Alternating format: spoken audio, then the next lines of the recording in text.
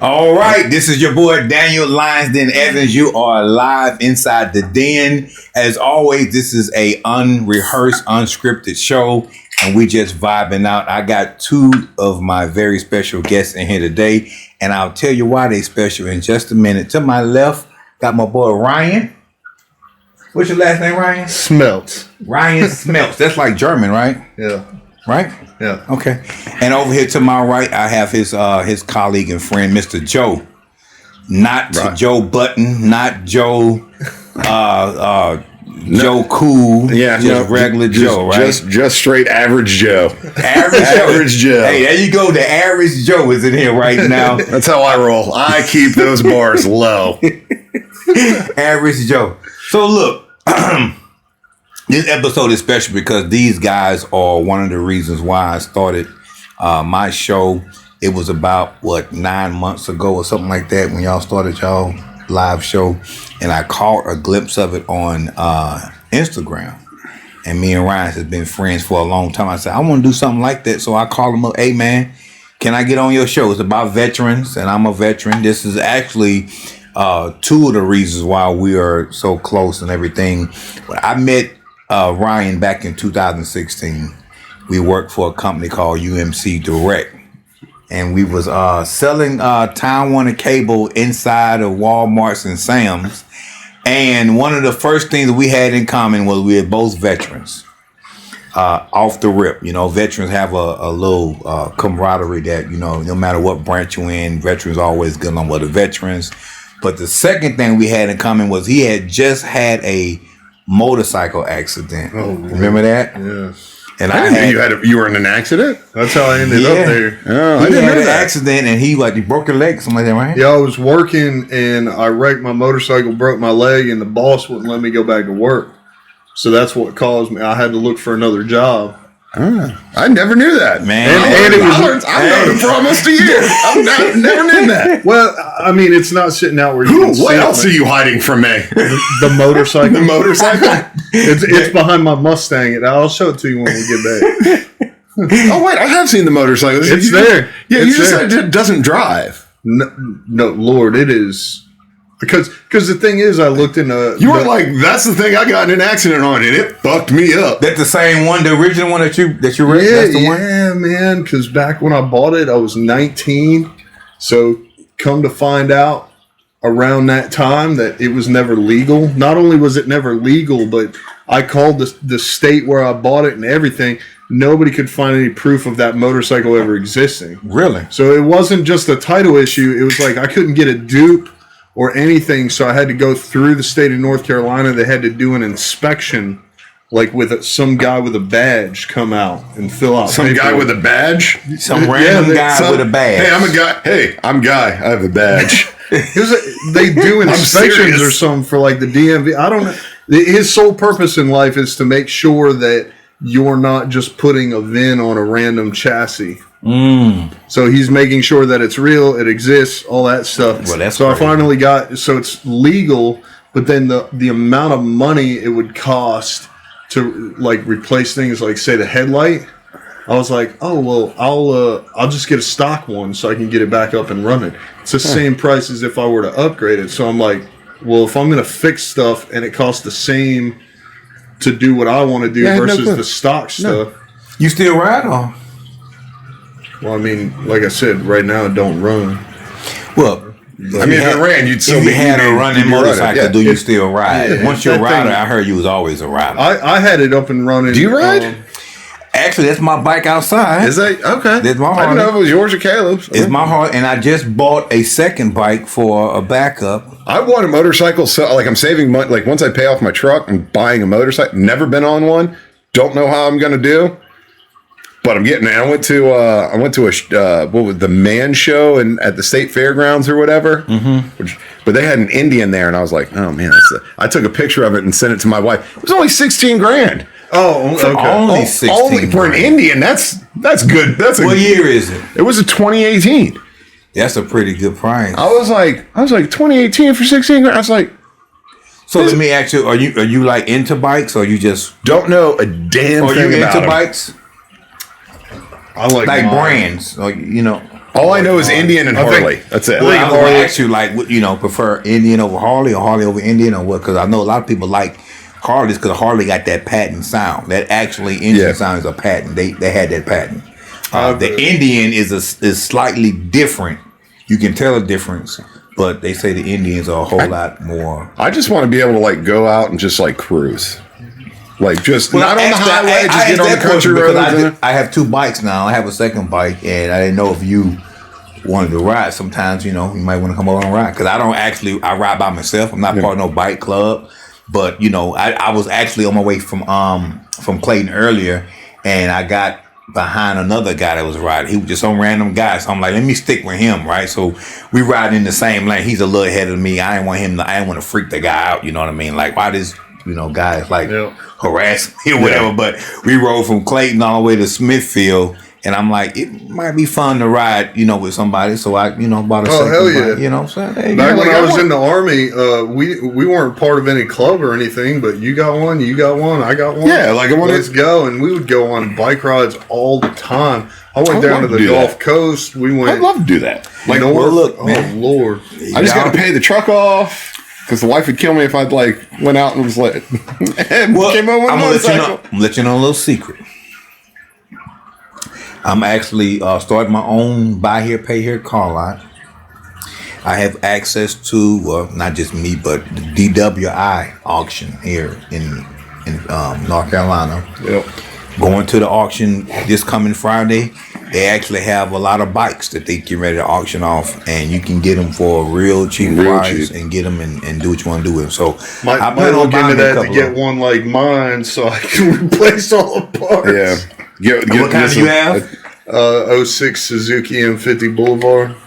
Okay. It's send me the name, and when I go down there, I'll look out for one. If I can get one for a couple $100, then it might be just a little gem for you. If I got something that was close, because several of those years are pretty similar. If I got something that was close that didn't run, I could use them parts. And let me know what you're looking for, because I might be able to just find something like that for you. And since you're not ready to ride, it can be a project for you to fix it up until you're ready. I need to learn how to ride first. I've never even been on. They have classes. Harley Davidson do classes. Yeah, there's a Harley Davidson right down the road from where I live. Can you ride a bicycle?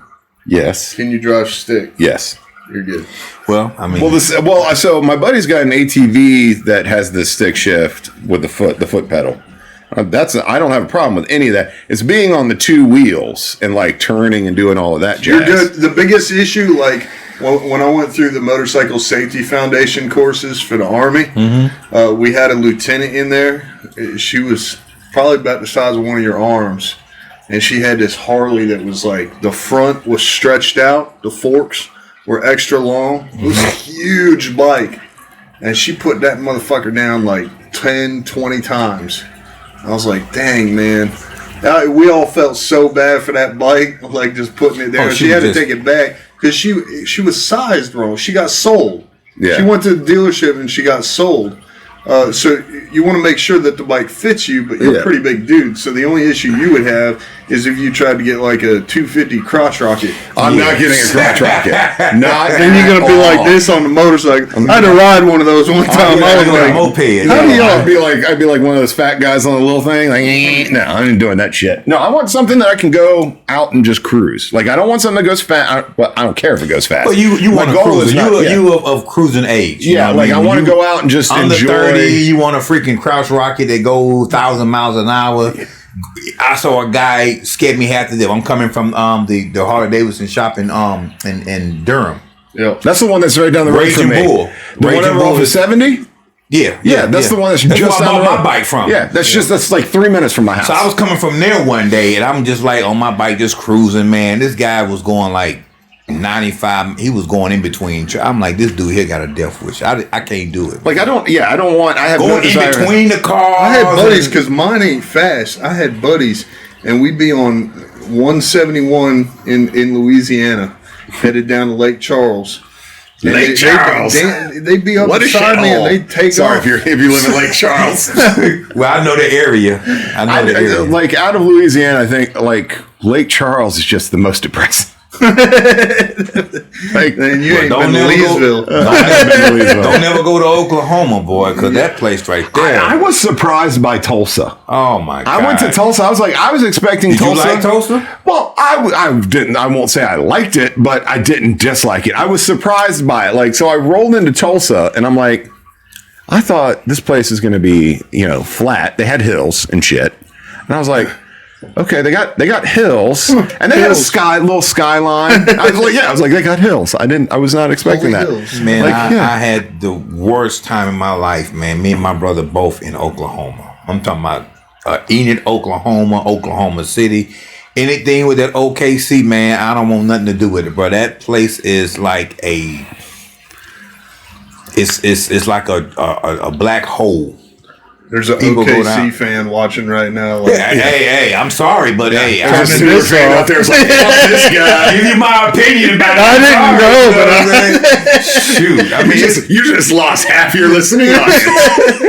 It's crazy though, man. But I did not have a good time in Oklahoma, But I can think of a whole lot more places than you saying Lake Charles. Then that's one of them. See, I was only in Oklahoma. Like, I didn't spend a lot of time. I was there for work, so I went out for a meeting. I think I've been out there for like 2 days. I mean, I was there one day, spent the night, went to the meeting the next day, and went back to the airport.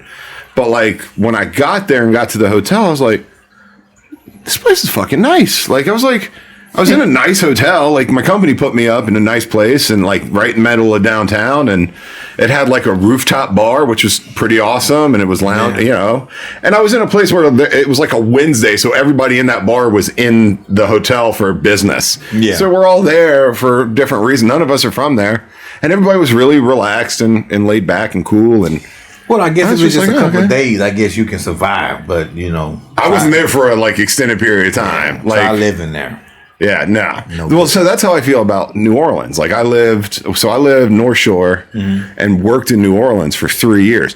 And New Orleans is a fun fucking place to go and visit. To visit, yeah. To visit. Living there, man. Like living there. Like, if you're not from there, it's so hard to fit in if you're not from there. There's nothing wrong with it. It's just, it's really weird, like, because it's so heavy tourists.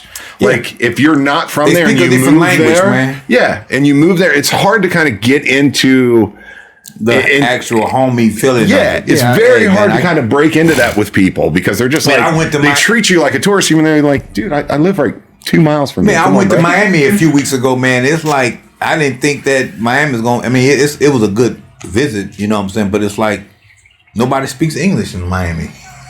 Like, where I got great food down there. I love Cuban food. If you don't know Spanish, you don't. Like my driver in Iraq used to say, North Cuba.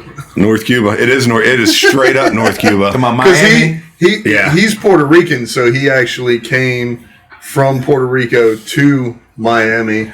And then moved up to New York, and so he would make those jokes because he's like, I lived there for a while. That's exactly what it is, North Cuba. This is what I have found out. In all the places that I've lived and with the different Hispanic populations that settle in different parts of the country, they hate each other. Like, so I work the different cultures. The different, for us looking outside, looking in, it's like we're all like, oh, it's Spanish. But a good buddy of mine was Puerto Rican, and he would talk shit about other Hispanic cultures. He'd be like, you can't trust those guys from that country because they're fucking awful people. And you're like, really? Like, yeah, really? Like, it's not like I thought they'd be. And then, like, you meet somebody from like United, you think they are, and we're over here like, how do you tell a fucking difference? Yeah, we're sitting over here just kind of like, okay. The number one. Like, I knew a Cuban in New Orleans who, like, everybody who was so. I had a guy who worked for me who was Cuban, another guy who worked for me who was from Guatemala, and another guy from, I want to say, like, Honduras or something. How'd they get along? The Honduras and the Guatemalan guy, they got along great. They ragged so hard on the Cuban guy. Like, they treated the Cuban guy like we treat, like, trailer park people. And you're like, come on. And you're like, guys, come on. Like, come on. That's crazy. It was nuts to hear some of the shit that they would say. I'd be like, you guys, we're at work. We can't talk like this. Crazy. I was like, you would never know. I was like, is You this would a never thing? know. Like, because I looked at it as like veterans, like, right? Marines, when we get together and we see somebody from the Air Force, we're like, hey, what's up, Air Force? You fucking idiot. Like 9 a.m. Wow. Finally, you woke up. You got out of the You got out of bed. That's funny because I have a nephew and he's in the Air Force. He's stationed in that's cute. in Charleston, South Carolina. Yeah. And I be hearing him. You're gonna get him a gym membership so when he comes back home he can actually start working out. Like that's Can do done some out of PT. love, right? Like we do that. Like so, it's one of those things. Like if a civilian did that, we would all be like, "Oh no, Yeah. you don't know what it's like. You can't get to talk. You don't get to talk. Like you gotta go put your shit up before you can start getting in on this club." Talk bad about it. Only we can talk bad about each other. Nobody. We went through boot camp. Yeah. So we get the right Nobody to do talks that. bad about my brother but me. Like Yeah. that. And so that's how I originally thought with these guys. I was like, so is this kind of like one of those things, like you're all just kind of busting each other's chops? And they're like, no. No, we actually fucking hate him. Yeah, that guy's a fucking turd. Like that's what they told me. They were like, that dude is a fucking turd. And I'm like, he's a nice guy. He's a father. He's a nice. No, he's from Cuba. He's a fucking turd. And I'm like, no, you can't talk like that. That's crazy. Because when I went to Cuba, like that was my first duty station, and I was expecting to see Get Mo. a bunch of Cubans, right? You all right, man? I get to Cuba First and duty station is Cuba. oh yeah, man, it was crazy, man. We went to Cuba and it was no Cubans in Cuba. All the Cubans was in South Florida, and all of the Jamaicans was in Cuba, and the South Floridans was in Jamaica. So I'm like, everybody just kind of like switched, and they were like, we had Filipinos on the island, we had Jamaicans on the island. Dude, I heard but that Cubans. duty station though was legit. Like it was a night. Like before they opened up the prison there, Gitmo or whatever. Yeah. Because they had like a whole bay to themselves, like an actual like bay. So like one side of the bay had the base, but you could like go and rent like jet skis and all this other crazy shit. Man, that was a long like, time ago. Because by the time we got there, they wasn't doing none of that. We couldn't even get the MAC flights or none of that. We was like just stuck. Oh, really? Like Yes, man. It was. I had one of Welcome my to Cuba. I mean, Hunker down, good place to motherfucker. save money because you ain't doing that. You You ain't know what I'm doing saying? But no. dude. I had one of Unemployment with my no senior combat guys tax. came from security. What is it called? Security forces. Yeah, security forces. I can't Yeah. remember the The abbreviation for Gitmo it. Fast Team. Fast Yeah, Company. he was Fast Company. Yeah, Fast Man. he was in Fast Company. That's it. Yeah. And he came back. He's like, "Yeah, man, we used to get like rent jet skis and shit, and go out into the bay and like fuck around." How old and was this guy? He was 20. Like this is 2008. He was probably 22, 23. He's a corporal. He must have been in a different spot because No, he was. That's the only place you can go in Cuba is Guantanamo Bay. Yeah. So Then time- maybe they started it back up after you left. the time. I mean, when I left, it was getting real bad. Them young boys was out there doing all kind of stuff. They broke into a bank. Maybe that's why they like we need to give them shit to do. Yeah, There's nothing. they broke into a bank before when I left. I'm like, There's these- nothing more dangerous in this world than a bored Marine. Oh Lord! There is. So funniest story I ever have of the Marine Corps was we were waiting for transpo. We were in the field training at Camp Lejeune, and we were waiting for Motor T to come pick us up. And we had found this big industrial fan, and it was, it's August in eastern North Carolina, and you're just kind of just melting. So we turned on this fan, but we couldn't turn it, so it was only facing up. And because we were in combat town, so we're all standing around it trying to cool down a little bit, and our corpsman just comes over with a med bag, and he's like, "What's up, guys? How's it going?" And somebody just goes, "Hey, Doc, why the fuck do you always show up with a med bag whenever we're standing around?" So the first thing I learned in Corps school is if you ever see a group of bored Marines standing around, get ready because something's about to die. crazy. And as he said that, another guy goes, "Hey, let's catch something and throw it into the And no one's like, "Oh, we can't do that." He's like, everyone's like, "Yeah!" We started like, No, we can't do that. yeah. And no one, the voice of reason was not, No, you can't do that, guys. The voice of reason was like, let's find a fucking lizard and see what happens. Let's find a lizard. Well, in Cuba, it'd be those iguanas. Yeah.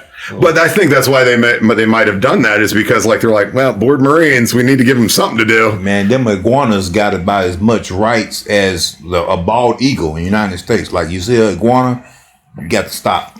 Really? He has to clear Is it like the road. their national animal or something? Oh, in Cuba, yeah. They got Iguana Boulevard. The name streets is named after all the iguanas over there, because that's Iguana City. That right there, man. I've seen about 100 of them. It's crazy. Then they got these things called banana rats.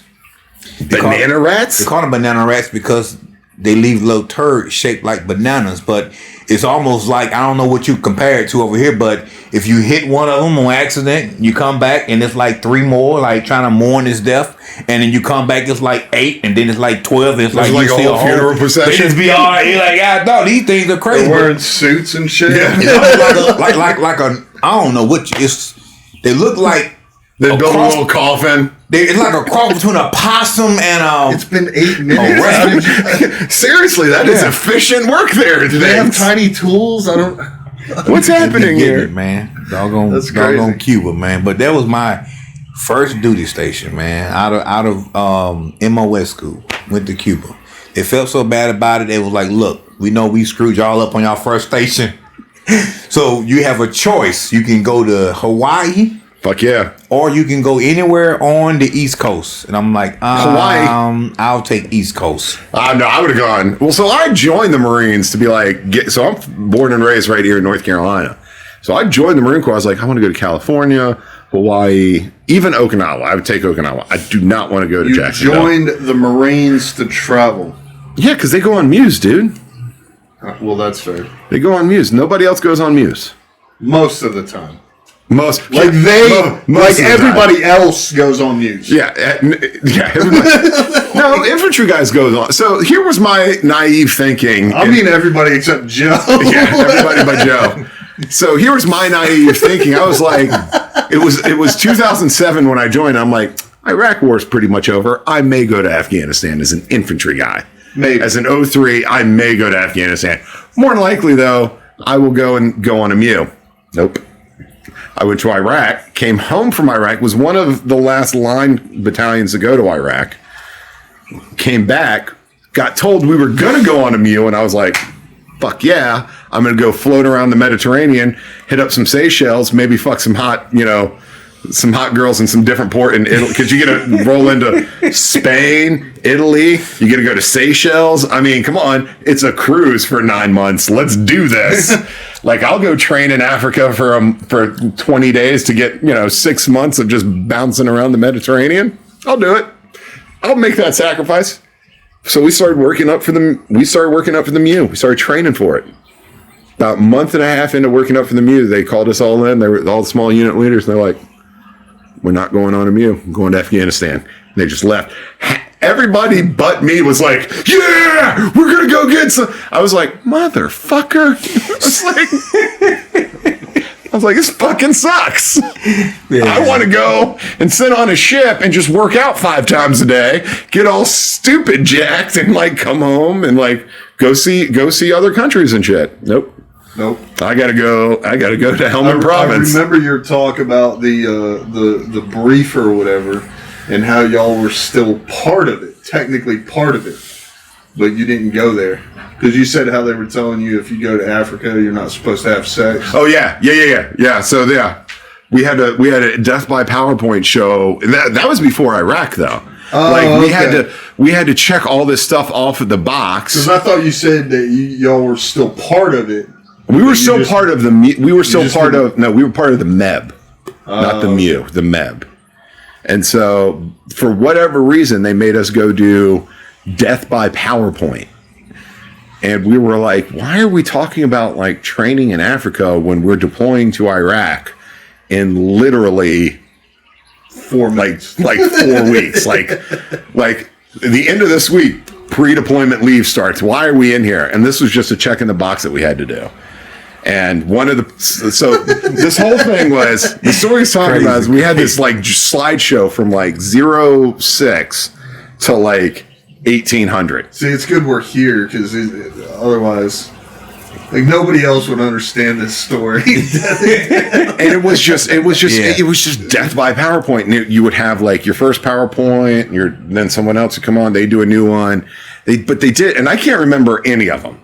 Like, and they were all just kind of random shit. Like, drink plenty of water when you're in the desert, and here's what happens when you get dehydrated. Like, it was that kind of shit. Like, they're trying to teach you the signs of dehydration. Well, one of them, they were like, it was about fucking in Africa.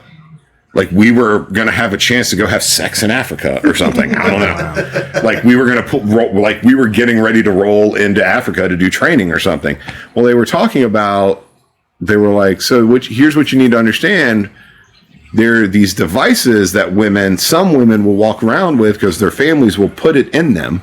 And it's like a little circle thing that has a piece of glass. What? Yeah, and they'll put on the inside of it. Yeah, no, so it's like a ring. It's like a birth control ring, but instead of it just being a hole that you can go through, there's like a pane of glass. And so what happened is, because rape, I guess, is so, I don't know what the whole story was.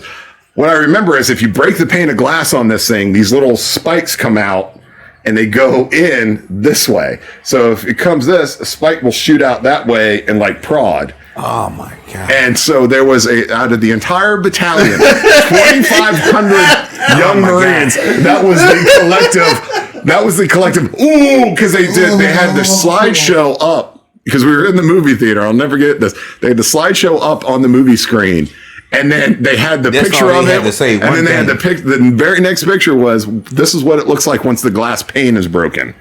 And everyone just goes, ooh! And that's in Africa. Yeah, that was apparently. Finally, someone just raised it. You could have had a 5-minute session and that would have been done for them. Yeah. Don't do this. This is going to happen. Yeah. Okay. Well, so finally, someone just stood. And he was like a high-ranking person. Just stood the fuck up.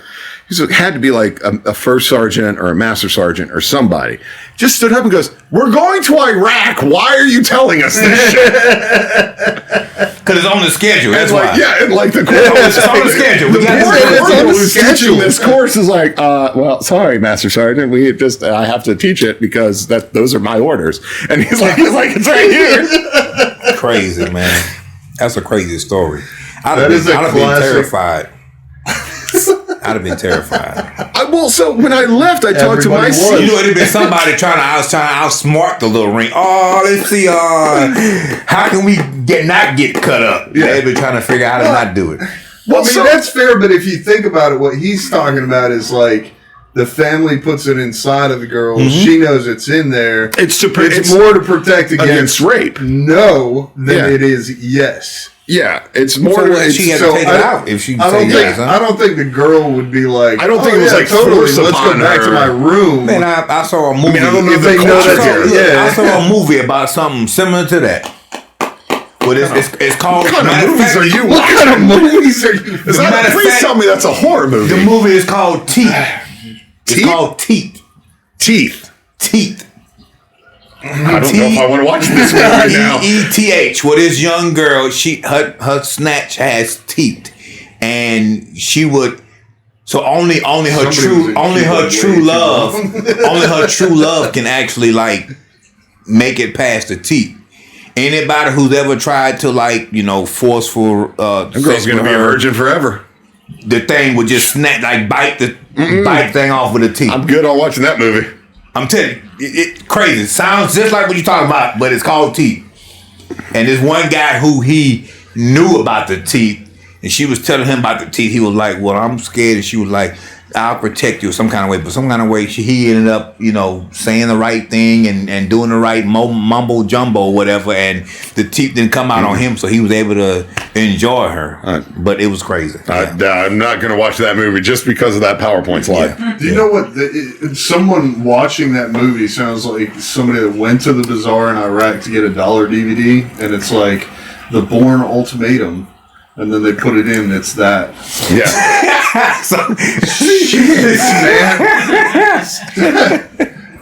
I'll never forget. Like I love the Russian bootlegs DVDs. Like, because when I was in Iraq, like there were movies coming out, and I was like, that movie just came out in theaters, and like you'd be in the bazaar, like going on patrol.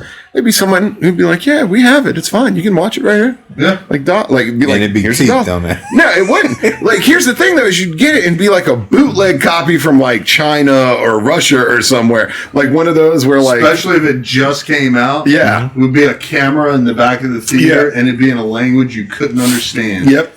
Well, he knows about this. We're doing the whole Fire Stick thing. Doing the getting the cyber flicks and all that type of stuff. The jailbroken Fire Stick. The jailbroken Fire Stick. I would laugh if I deployed today and went into a bazaar and instead of a shit ton of DVDs, they just got a bunch of Fire Sticks. Fire Stick, $20, already broken. I'd be like, that is hilarious. Make sure you select the right link because all the links ain't great. That's always the problem with the jailbroken Fire Sticks. You got to like peruse the link to find the right link. I've just stopped using my jailbroken Fire Stick. Yeah, man, that looks delicious. It looks delicious. Well, I quit smoking. Oh, okay. Well, I guess it would look delicious. Somebody who stopped smoking. Huh? I quit smoking about 2 weeks ago. He's going to start twitching here in a minute. So what are you doing in replace of? I open the lid and I hold it by his nose, and he goes. Wow. I yell at people in traffic. So you just met Ryan a year or so ago? Yeah, about a year. Almost a year. Yeah, not even. Let me ask you, who started the bearded veteran? That's not you, right? That's him. Yeah. Like the whole bearded veteran, you started that. Yeah. So I remember when he started growing a beard, right? I wanted to grow mine, but I didn't have it's like the itching stage, so I always see him. Then I started seeing products that came out like bearded products, and I didn't know if that was something you was trying to get into or not, but it was just like beard oils and combs and all that kind of stuff. No, but I know a guy that's got one. It's probably about twice as long as mine.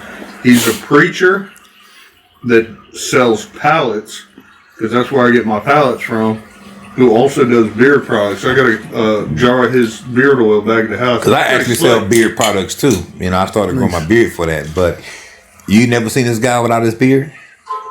Met this guy at 16, like I said, veteran, motorcycle accident. We were selling Spectrum and all that kind of stuff.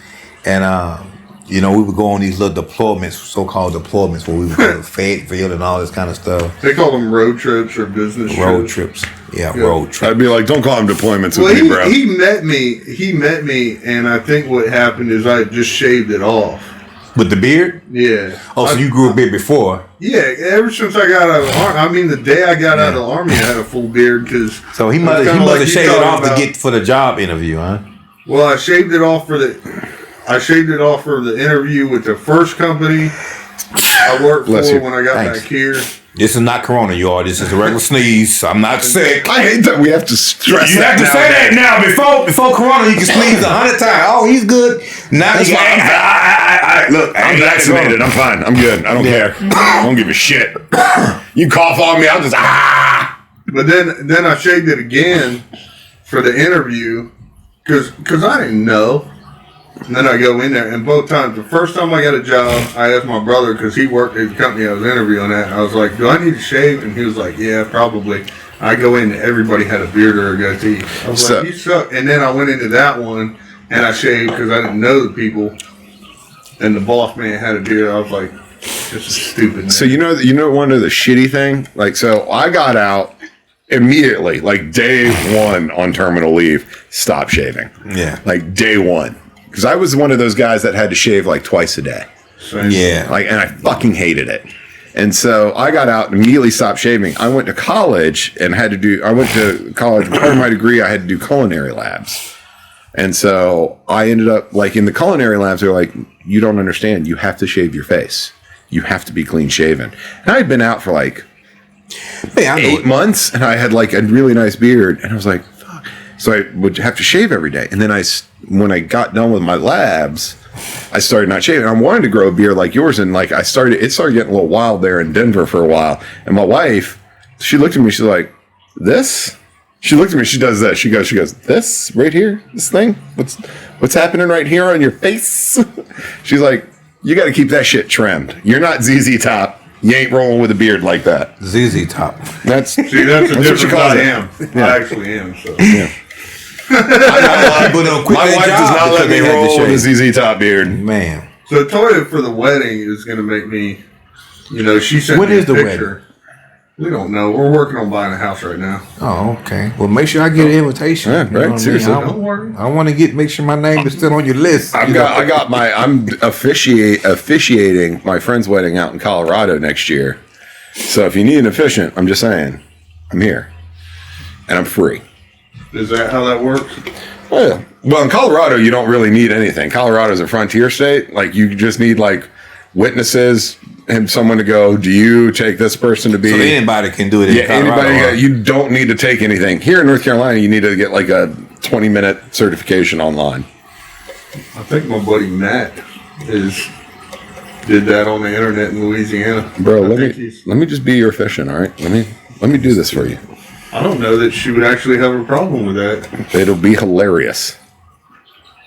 Well, for you to officiate the wedding. Yes.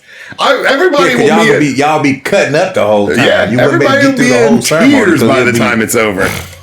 They'll be like, "Wait, did they actually kiss? Is the wedding over? Like, What's is this a real wedding or we being punked? What's going on here? Where are the hidden cameras? Yeah, this got to be punked. Yeah. Where is that Ashton? I don't even know if he's still doing. I don't even know if is Punk still a thing. I don't even know. I don't think so. I think if it is, it might be somebody dating else. ourselves at this Somebody point. else might be doing it now. Cause you know how they always pass on the show. Because Yeah. I know Joe Rogan started the whole Fear Factor. Now Ludacris is doing it. So the Wait, show Ludacris? There's a new Fear Factor? Yeah. I didn't know this. Ludacris is doing Fear Factor now. Yeah, it's pretty good. I have to watch it. I like the one. I like Joe Rogan. I do like Joe Rogan. Joe Rogan. I love the fact that Joe Rogan went on the Chappelle show and Man, poked fun. that was the funniest episode of Chappelle Show. The Fear Factor was. Yeah, where he's like, have you ever seen this? My feet are strong. Yeah. I'm gonna tell you a secret, Joe Rogan. I smoke wax. Hey, that was the funniest one I ever seen. Boy, that was the funny one. He gets in like a bed of worms. They're like, you got to lay in here, and like the longest person wins. And he's like reading his paper. He's like, I'm just gonna read. He lays down. I'm gonna take me a nap. I'm gonna take me a nap, Joe Rogan. I smoke rocks, and he just like goes to sleep. It's the funniest shit in the world. Yeah, that one's really funny, man. That's Like the crackhead gave like no fucks. It was hilarious. You never seen that, man? No. Oh my god. we're gonna have Did to you watch YouTube Fear some Factor? Yeah. Yeah. Go just type in Dave Chappelle Fear Factor. It's hilarious. The funniest episode ever, man. But that's crazy. There were so many funny. Like I loved the Chappelle show. There were so many. They funny actually episodes. thought about bringing it back. He had to go through a whole a legal thing where when you in show business, you don't really own your name. Mm-hmm. You have to sign all rights away for your name. So when he left the Chappelle show and went to like he gave up like $50 million. It was a pretty big number. Big. So when he was gone, they did that last season without him, right? They just kind of like ran the show, and it was like Ashley Larry and the other guy was doing the show. Come to find out, Chappelle didn't own the rights to that show, so he can't come out with another show unless he get the rights, and they have to. So they actually started. He got a deal with Netflix. He talks about it in one of his stand-ups where he said Netflix wasn't even out when the Chappelle show was on the air. How they stream my stuff, and they ain't never asked for permission. He wrote like a letter or something, put it out on like one. Well, he told the he people, was like, he please said, take it down, and people just like rallied around him for Netflix it. took it down immediately because he said it made him feel bad. He told the people, do not watch the Chappelle show until they pay me. Yeah. Boycott the show. Everybody stopped watching the Chappelle show. All the networks that were streaming it, they were losing money. And they took it down quick. Took it down. HBO. That shows you what kind of. Well, first of all, Dave Chappelle is probably one of the best comedians. He's one of my favorite because he gets so political. I would put him in a GOAT category for comedians. Honestly, man, he is up there. Guy. Like Richard. So it's when I think of like great stand-up comics, like I think of George Carlin, Richard Pryor, and Dave Chappelle. Like those are by far the best three stand-up comedians ever. And he does it in a way where Kevin Hart is in that conversation as well. Like, Kevin Hart just seems like, but he's not. I don't consider his stuff stand up as much. Kevin Hart? Because he just gets up and just he's one of those dudes who you'd be seeing in a bar, and he would tell you a story. It could be the most depressing story in the world, but everybody would be laughing. Yeah. Like, he just gets up and tells the craziest, funniest fucking stories. And that's his comedic genius, I think, is that's his ability. At least that's how I see it. Well, I mean, storytellers, always have the ability to tell a average, everyday story and make it, like, extremely funny. But it's just a regular story. Like, y'all laughing at my pain? Yeah. Laughing at my pain. You know what I mean? This really happened to me. Y'all laughing at it. You know what I mean? But, I mean, Dave Chappelle was just... his stand-up is he got to the point amazing. where, you know how Eminem is like the GOAT and rap god and all this kind of stuff, where he can take words and just start playing with the whole dictionary. How did this guy come up with this stuff? Dave Chappelle, one of those comedians who actually said he started telling jokes backwards. Mm-hmm. He give you the punchline up front, and then he go back and tell you the joke, and you still waiting on the punchline, and he hit you in the face with the punch. Like, oh, okay. So he just does that kind of stuff. Just take a fishbowl with a bunch of random punchlines and just dig his hand in there and get one. Okay, so we're going to Disney World, and he'll just make a joke about that. And it's like, you got to be on a certain level of genius to pull something like that off. I mean, there are a lot of great. I mean, I love stand-up comics. Like, I love going to comedy shows. There are so many good. Tom Segura. Oh, yeah. I love Tom Segura. Bert. I love Bert. Steve Renzari. I love him. He's hilarious. If you ever get a chance to go see him, that shit's funny as hell. He was on The League. You know what I'm talking about? Oh, Steve Ranzizi. Ranzizi. That's it. Oh. Man, I love watching. Like, I kind of nerd out on stand-up comedy. Nerd out. Like, I nerd. But here's the thing. Like, I will watch. If you're not funny on stand up, like, I will turn your shit off. Like there's been a few on Netflix. 10 minutes, 5 minutes. How long you give them? That's the only thing I can just like stop in the middle of. Like, if I'm watching a bad movie or a bad TV show or reading a bad book, like, I'm just like, nope. I'm going to muscle through this because I now have started this endeavor and I'm going to see it through to the end. Like, I'll be miserable about it, but I'm going to do it. Not with stand-up. With stand-up, I'm like, nope, you're not hilarious. I'm turning you off. Well, some stand-up, you can become an instant critic. You just like, okay, this joke wasn't no good. You just like, don't do this one again, and just go through the whole material and just pick out all the good jokes and all the bad jokes. I actually watch comedy with the expectation of, I want to see this guy can make me laugh. Yeah, that's what I mean. So that's like, if I go like 10 or 15 minutes into a comedy show and have not laughed at all, because I go into every comedy show like I'm going to be in tears when I leave. It depends on who you're going to see, because I've been to a couple of shows that I had to actually bring some bullets with me, because like, you know how they go through the crowd and start talking about people. I'm like, all right, if you come down my road, I got something for him. It's gonna be a whole different show when we get done with it, because I can do this too. You know what I mean? And I remember I went to one of Ricky Smiley shows. I was in Biloxi, Mississippi. And he started going down the road. I'm like, oh, okay, here we come. Went right over me. I said, oh, I wanted to unload these jokes on him so bad. I was studying all this stuff. Didn't come down my road. I said, okay, but when you go to somebody's show and they start talking about the crowd, it's always good to have a couple of, So the one thing I learned, I went to a comedy show when I was, I can't remember who it was. It was some like local comedy guy when I was like 18, 19. I remember going to the show with a bunch of friends. He was not famous. I can't remember the name. But I remember my buddy that I was with started heckling the guy. Oh, and the guy was okay. I mean, he wasn't great, but like, you could tell he was working on his material. Yeah. Like, you could tell that a cruise boat comedian. I would heckle a mess out of a cruise boat comedian. Like, he was out there working his material. He was trying to, and this guy, like, I wouldn't call him my buddy. I was in the group with him, and he started heckling him. And that's when the show got funny, because this is where I learned real quick, never heckle a comedian, because they've been heckled so many times that they can just zero in on it. And if they know they're doing a bad show, Like that's what'll make a good show. Yeah, They'll just focus on that motherfucker who's heckling them. They'll win the crowd back quick by heckling somebody. You know, absolutely. And this dude tore this guy up. I was laughing and chuckling through the show. It wasn't like in tears, but I was like, that's funny.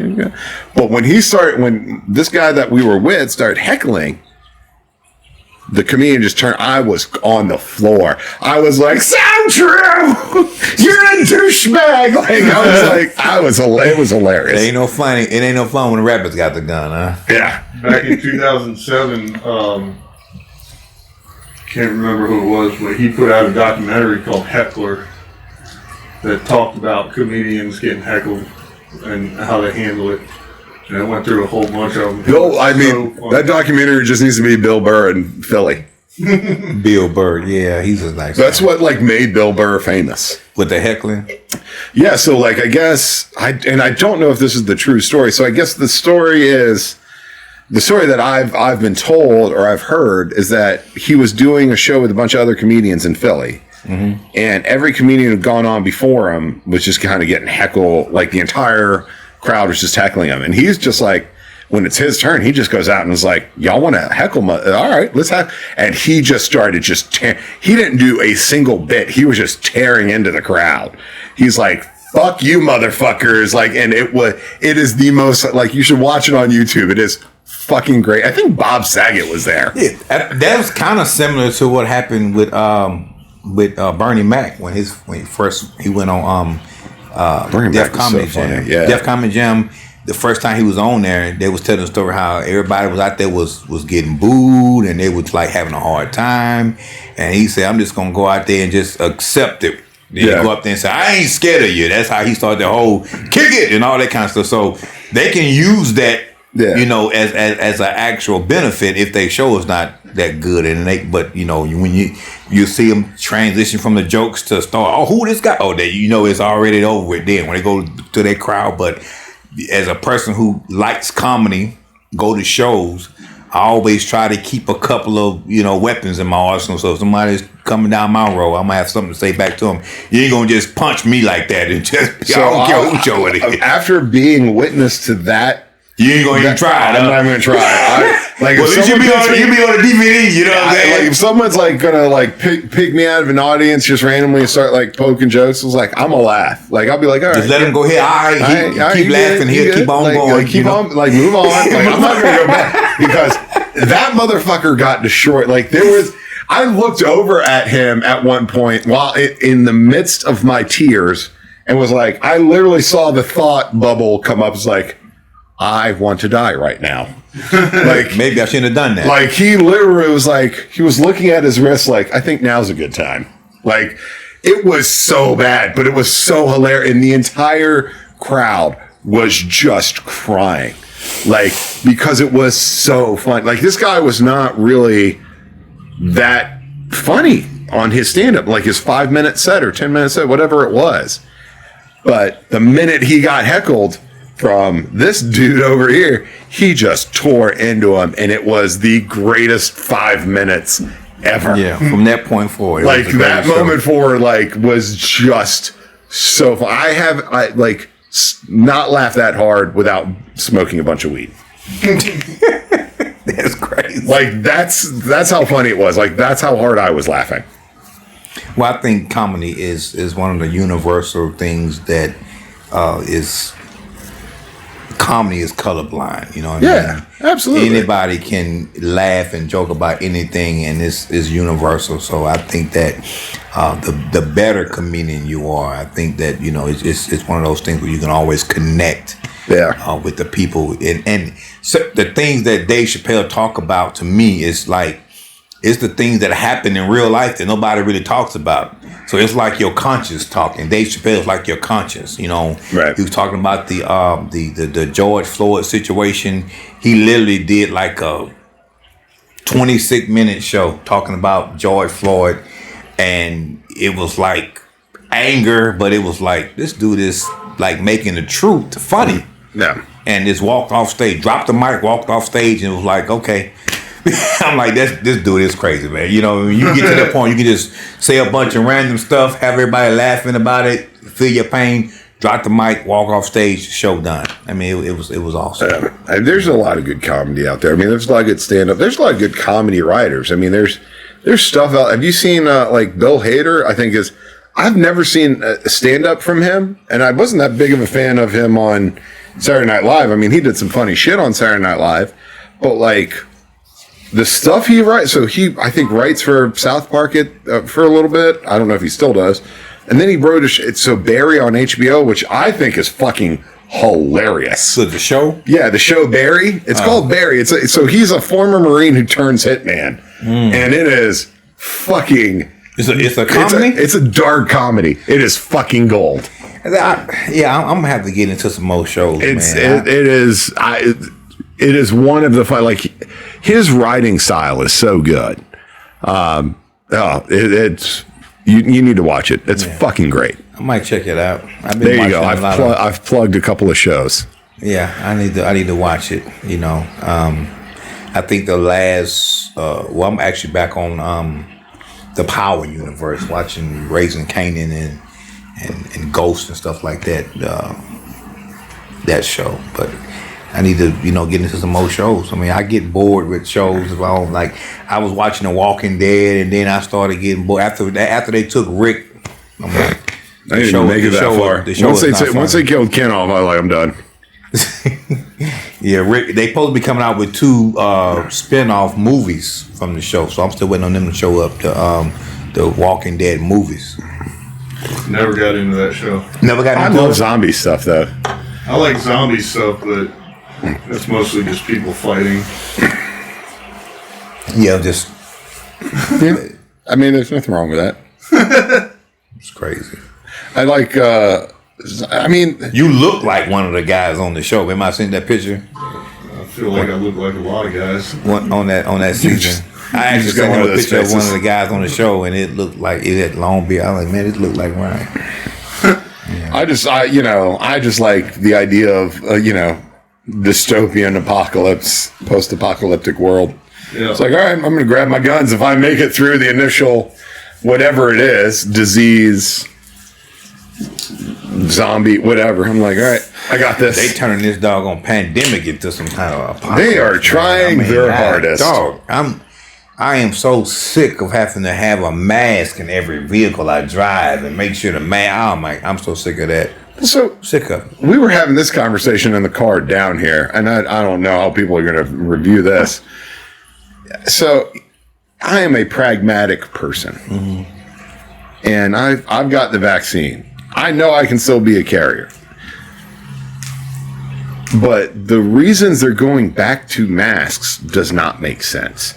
And it doesn't make sense for 2 reasons. A, the study that they're using to go back to masks is based on, from what I've seen, a study from India that only had like 100 people as part of the study. And India does not have the vaccines that we have here. So that's problem 1 with going back to masks. The second thing is going with in regards to going back to masks. With vaccines, less than 2% of the people who get vaccines are going to the hospital. So the majority of the people who are not getting vaccinated are in a camp that is kind of like, we're going to wait and see. So by the CDC going and saying we need to go back to masks, the unvaccinated population that is saying we're going to wait and see has now just flooded into never going to get a vaccine, never going to do it because we have to go back to masks now because the vaccine's not working. That's kind of the mindset that they're having. That's the psychology there. And so they've just if their goal was to get 90% of the population vaccinated, they have failed miserably because we went back to masks. They completely fucking failed. Yeah, I mean, it's one of those things. If you have something that's supposed to be a cure-all, but it's not, I think the president said a couple weeks ago that, it may be, he used some words that was like not not convincing. It was a non-convincing word. Like, you get vaccinated, you still may be in jeopardy of catching it. Well, what am I getting it for? If I'm still going to be in jeopardy, like, what are we doing? Like, I don't want to take something that says, oh, well, you still could potentially get it. Well, they're not being leaders. Is what they're being vague. The thing is, like, yes, you can still catch it. Like, I can still catch COVID as a vaccinated person. But the likelihood of me catching it as a vaccinated person and having serious symptoms and going to the hospital is far, far, far less likely. If anything, I'll be asymptomatic and will be a carrier, even of the Delta variant or whatever other variant comes along. But it's the same thing for the fucking flu. Kids get a flu shot, they go to school, they catch the flu from, their best friend over here, they come home and they go kiss mommy, and mommy now, who hasn't gotten the flu shot yet this season, now has the flu. Because little Johnny carried it home. Like, yes, you're still going to be a carrier. And if you don't want to go get the vaccine, that's the risk you take. But hey, we live in a free country. It's your choice. If you don't want to get it, don't get it. But that's the risk you take. Yeah. Well, I mean, this whole thing is about risk and choices and things like that. Risk assessment. How about you? You took the vaccine? You getting it? No. What's your reason behind not getting it? I'm pretty sure I was one of the first people to have it because I got it in 2019. Yeah. My partner at the time was Chinese, and he had just got back from China. And then everybody in the warehouse got super sick, like deathly ill. And we were coughing and, Did you lose your sense of taste? I don't remember. But, so I'm pretty sure I already had it. I don't get sick that often. I'm not in a high-risk category. I don't have any comorbidities. Which is one of the reasons why I choose not. I don't get sick at all. I mean, it's one of those things where, I don't. So the first fever I've had since being in Afghanistan, so I haven't had a fever since being in Afghanistan.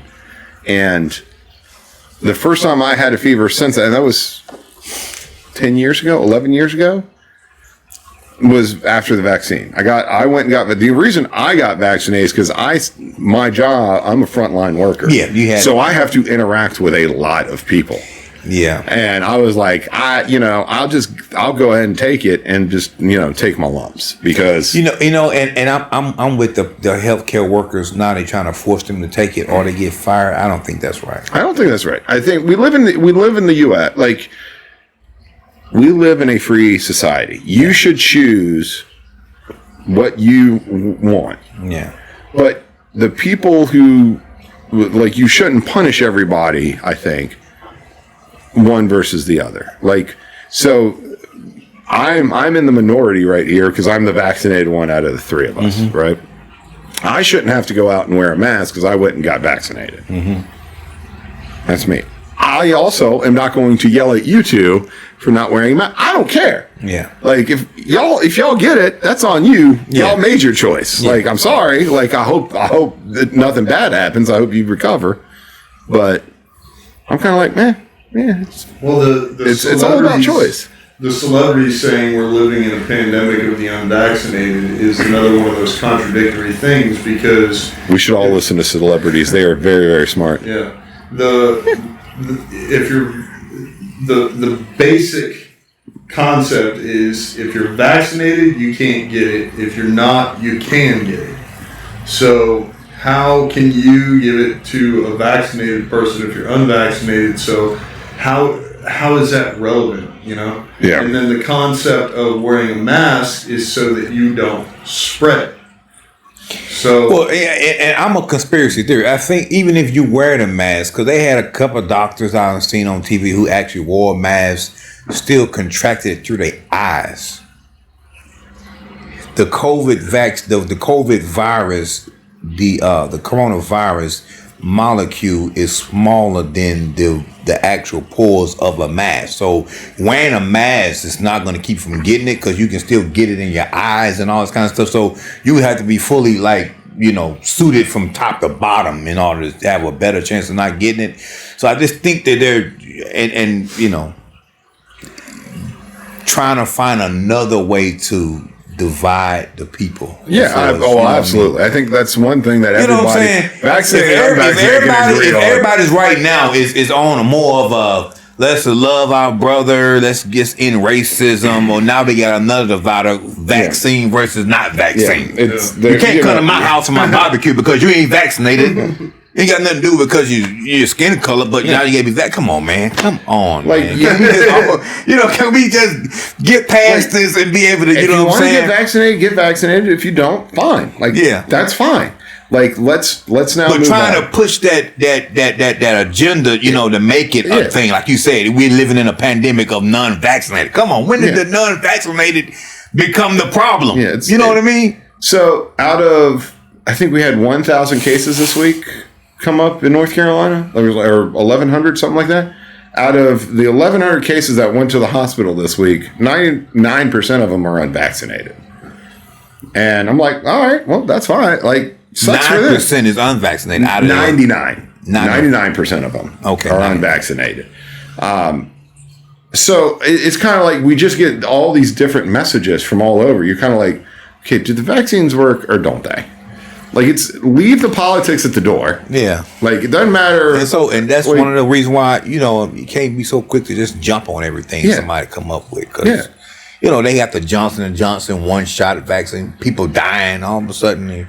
You want us to come follow behind and continue. Why is Johnson & Johnson still able to produce stuff when they got an active lawsuit right now for the cancers and the stuff for the talking powder, and now they got one for a baby, another one that they got. It's like 3 different lawsuits, and you're still allowing these people to put out medicine? Come on, what are we doing? You should be like, y'all ain't doing nothing else until we can get all y'all stuff right. Don't even put out.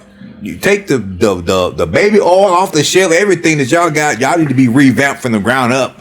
You know what I mean? But they still allowing them to come out with all kind of, messes. I don't trust that part of it. You know what I mean?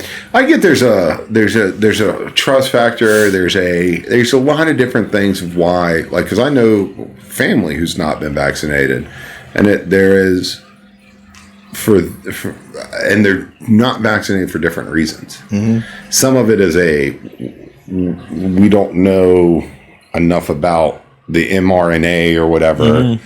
The science behind how they got the vaccine. Others are kind of in your camp of, well, it's all about profit and we can't trust these guys because they fucked all of this other shit up. And I'm just kind of like, I'm going to roll the dice.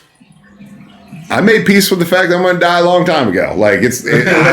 Shit is going. Around the time you signed on the dotted line. Pretty much. Look, I guarantee you this: in my life, I will die. When your time is up, going to happen. But I don't want a speed pass to it by taking this shot and say, and when you start hearing stuff like they paying you checks and a lottery for it, come on, why are you paying somebody to take this shot? What's really in it? If you got to pay somebody to take it, give the vaccine out or vaccines out to people. If they don't want to take it, then they don't have to. Their choice. It should be their choice, and then we live in a free society. Whole vaccine a whole. Like I say, a pandemic of the non-vaccinated. Yeah. Come on, man. Yeah, that's just not right. I miss the times and the days where when you walk up to somebody, you can already tell what kind of day they was having off their facial expression. Somebody come in the car and like, man, F this. And you be like, this dog, he's pissed off. You don't want to piss him off. Now you got a mask on. Is he having a good day? Or I got to read his eyes. Is his eyes squinting or are they smiling? You don't know what people, somebody rob you, whatever. He's a mask guy. I don't know who was it. He had a mask on. Now you got to find everybody who wearing a mask in the area. You're like, this is crazy. I just think that it's just all about division. Honestly, that's what I think it is. The division part. Look at it. I mean, the three of us are sitting in here. Obviously, we have different beliefs, and I got no problems None. We have the cheat code though. What's that? Because we were all in the service. Yeah, that's true. The cheat code. That was the other reason I went to back to. I was like, I got injected with so much shit in the Marines. Like, I don't even. That's well, like, I remember day 2 of boot camp. They're just like, go stand on the yellow footprints with your both sleeves rolled up, and you're just like. And I think that might be one of the main reasons why I don't want to get something. Which is, that's why I make the joke that I already had it. Yeah. People are like, "What? Yeah, 2005, man. I probably already had that shit." Dude, I got the polio and smallpox vaccine running through my system. I got 5 stages of anthrax. Yep, I got my anthrax shit. Like, I've got back, like, and I didn't have a choice. There was no, like, oh, I don't want this shit going into my body. They were like, I don't give a fuck. Hold still, motherfucker. Hold still, or I'm going to hold you still. Like, those are your options. Yeah, it's crazy that you all are here though, man. This is like it has come full circle for me. Like I told you before, when I saw your show, I'm like, I want to be on these guys' show. Like this is what I want to be able to, to bring something to the table. And I told you, whenever you're ready, you're welcome on my show when it gets up and running. I'm kind of jealous because you got a whole set. We don't have a set. Please, don't be jealous, man. I'm gonna tell you something about me, man. It's fucking legit. Don't be jealous, man. I'm gonna tell you, man. Hey, we got these microphones. You guys inspired. That's about all we got. Look, you guys inspired this, but not only that, I'm just a different type of dude, man. I mean, you know me, man. You know what I mean? Like, if I'm gonna do something, I want it to be done a certain way. I want it to be, like looked at a certain way. So don't be jealous because, I had a meeting with some guys and like I'm like the most non-tech savvy person probably in the whole thing. So I had to say Caleb, and I got another tech guy and another tech guy and say, we had a meeting and say, I want to do a podcast. What do I need? This guy built this computer just for the podcast because he said it's got to be built the computer. Yeah, see, like you're putting us to shame. Like we have like a laptop. I want to make sure. One camera. I have a built computer, but I use that to edit. I was in awe of what I seen when I came to you. I'm like, man, I want to do something. I wireless mics, like, and a bunch of beer. That's usually how we roll. That's what I was saving the money for. Yeah, that's I didn't want to spend it on microphones. We need to spend it on good beer. You got to have it on good beer. We need to have the beer. So let me ask you all the question since you all here, and we've been talking about a whole different kind of stuff, and the whole veteran conversation is what got me attracted to want to do it in the first place. I feel that since the pandemic, because people have such, they've been going through depression. They just been like in their own heads about certain things. Wanted to create a platform where people like us can just come in and talk. And when I say I'm talking about the men folks, you know what I mean? Like you can go watch any talk show. There's women, Oprah Winfrey, Ellen DeGeneres, all them shows about women. Where do guys go when we want to just be able to vent and talk about our issues? And this is one of the reasons why I want to do the show. But I wanted to make sure I got what I needed. That's why I was asking y'all those questions the first time I came to your house. So what is the biggest hurdle of having a successful podcast as you all been doing it? Obviously longer than me, coming up on a year here pretty soon that y'all been doing y'all show. It's marketing. Yeah, marketing is definitely like There's trying to get so many podcasts out there, like just getting yourselves out in front of other people. I've been podcasting for 4 years now. Mm-hmm. I used to do the Retail Tale, which was just me. Then that transition when I had somebody approach me into Business and Brews, which still exists. We don't do as many episodes. And then I wanted to start the Veteran Talk Show. Initially asking him to come sit down, I was like, hey, if he comes, for 3 episodes, cool. I got some content. And that was really the goal. And, he offered to use his spare room. So now he's a co-host. And,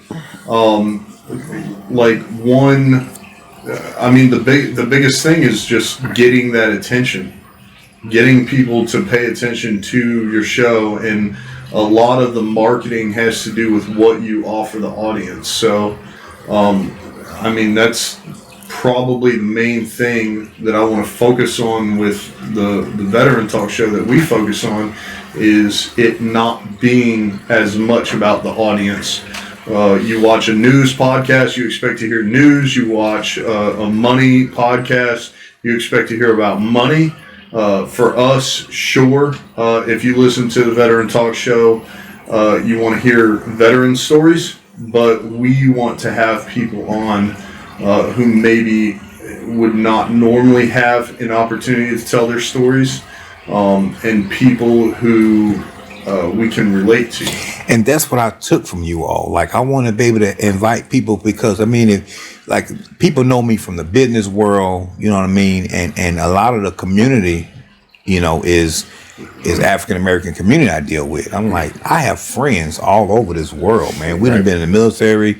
You know, I have, you know, camaraderie with a lot of different guys. I'm like, what do some of my fellow brothers, what are their viewpoints on some of the same things we're talking about on the show about the coronavirus and the vaccines and everything?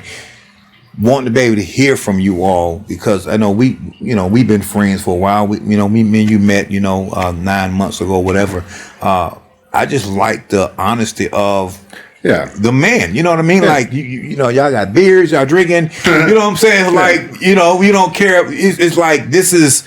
When I say unrehearsed, unscripted, I might have a couple of questions I ask, but it's not like a script, like stick to this and nothing else. And we done talked about everything so far. But that's the honesty that I wanted out of the show. Like when somebody come in here and say, man, I'm sick of this. I've been depressed. Like if you watch the Father's Day episode of the show, I open up to my people like, look, man, Father's Day is one of the holidays that I have a hard time dealing with because of the struggles of being a father and then having, prayed for a son for all these years. And then I got a son and then the son passed.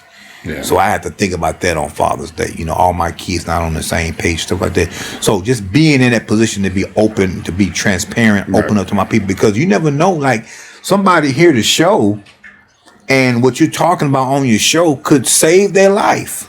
Well, that's why so when he approached me about doing the podcast, like I was just kind of like, so I don't like being on social media. I like my anonymity. But one of the things that I struggled with as a veteran was like trying to meet people and talk to people like I did when I was in the Marines, like because I can't talk like the way I used to. Yeah, and it's a comfort thing for me. So like meeting Ryan and like being able to like, because how I met him was I applied for his job. He had a job opening. I was unemployed, and I saw it on like Indeed or something, and I just applied for it, and that's how I met him. And so it was nice to kind of go into like a work setting and be able to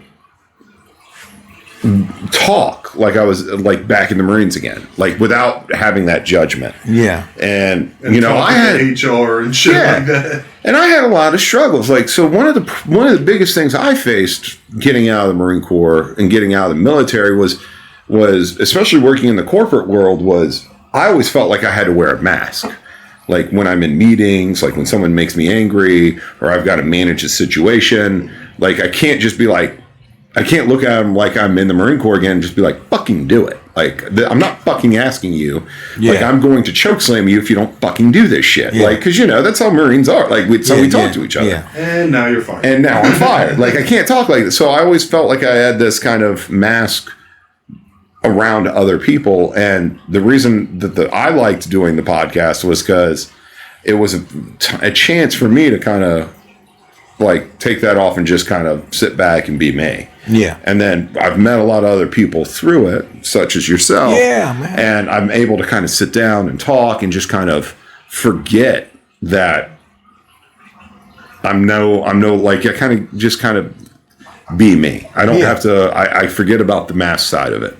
Yeah. I don't have to worry about HR coming to see me. I don't have to worry about I don't have to worry about losing my job. Like, and I know there are a lot of other guys and girls that struggle with that shit. That's what I'm talking about. And so I feel like if I do the podcast, maybe I'm helping that person. Like if that person comes in and sits down and is like, man, this is great. Man, I got a lot of shit off my chest. I'm like, all right, I did something good. You'd be surprised of how many people will say, man, I felt the same way, but I don't have an outlet to express that.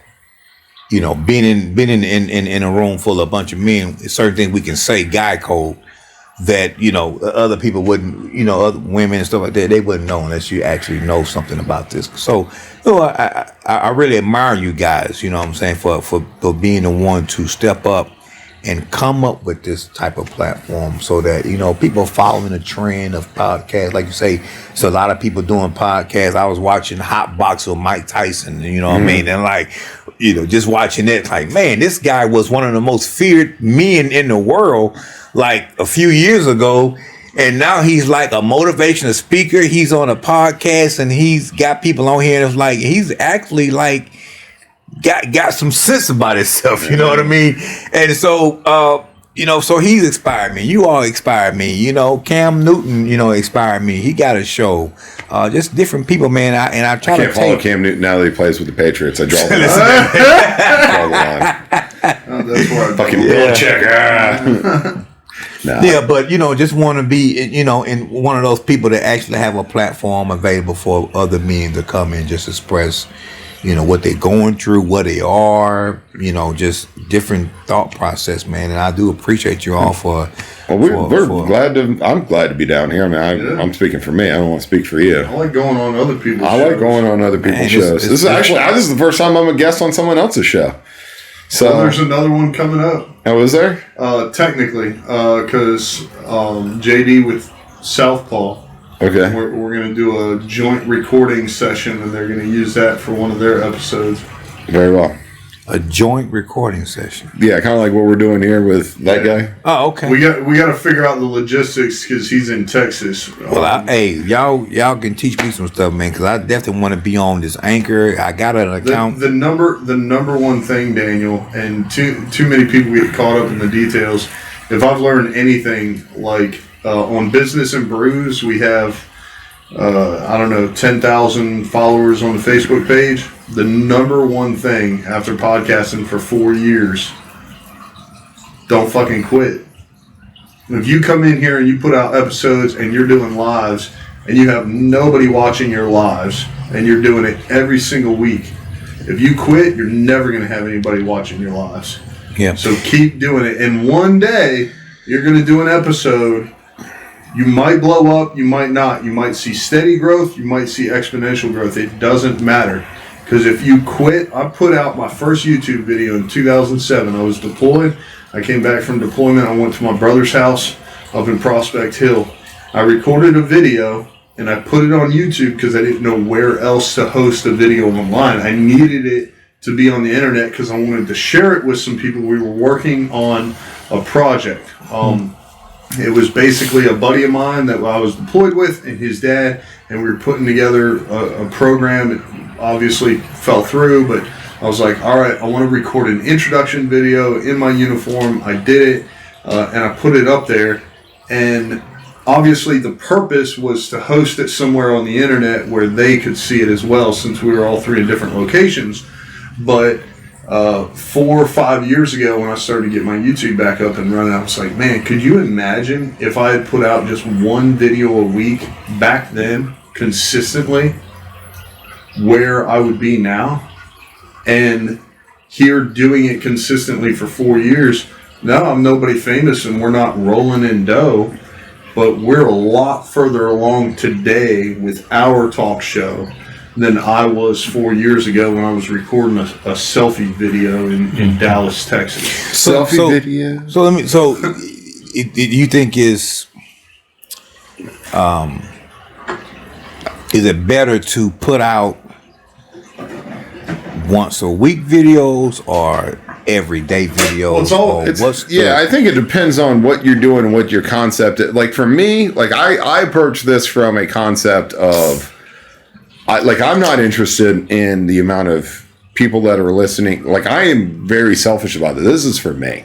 Yeah. Like I am doing this for me, for my own mental health. So it depends on what your goal is. Yeah. So for your own mental health. Like for me, that's why I'm doing this. It's therapy for you. This is very cathartic for me. Yeah. I love the fact that I get to have people come over and sit down, and people I've never met, but they have the same struggles that I've had. So it's not about the views, it's just about the content. Yeah, and it just kind of evolves, and we don't talk about like, oh, these are but we sit and we share stories and we laugh and we joke and we have a good time. Like, that's why I'm so excited to do the Irreverent Warrior hike, which you should come and do with us. The what now? Irreverent Warriors, August 28th.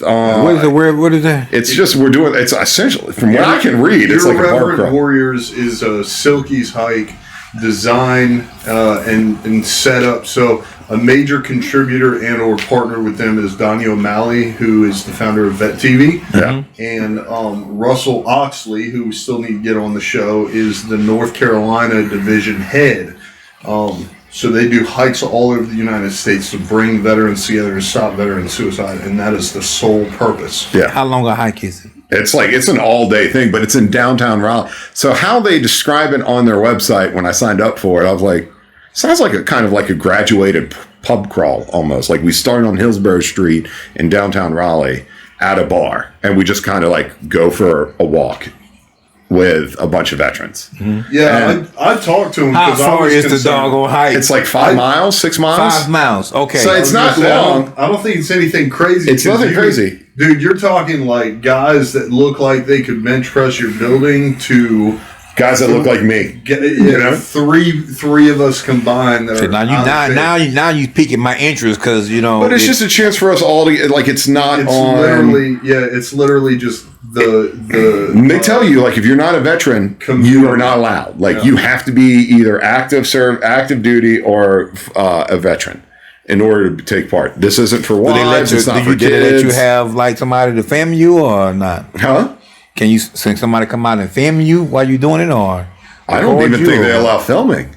I haven't read, but I don't, because they're like, this is a chance for us to just kind of be together as veterans in a community where people who aren't veterans, like we kind of just get to be ourselves. And so it's like $5, I think it was, like $5-6. Well, anything in particular you got to bring? I got the shirt, and I think I sponsored another veteran too, so I paid like $40. Yeah, I didn't do any of that. I just like. Do you got a checklist of what you got to bring, or you just show up with just whatever? You show up, like just like bring shorts and most shorts of them wear silkies and some. I don't fit in silkies anymore. I'm just gonna go ahead and throw that one out there. Some wear rucksacks. I am going to get a flag.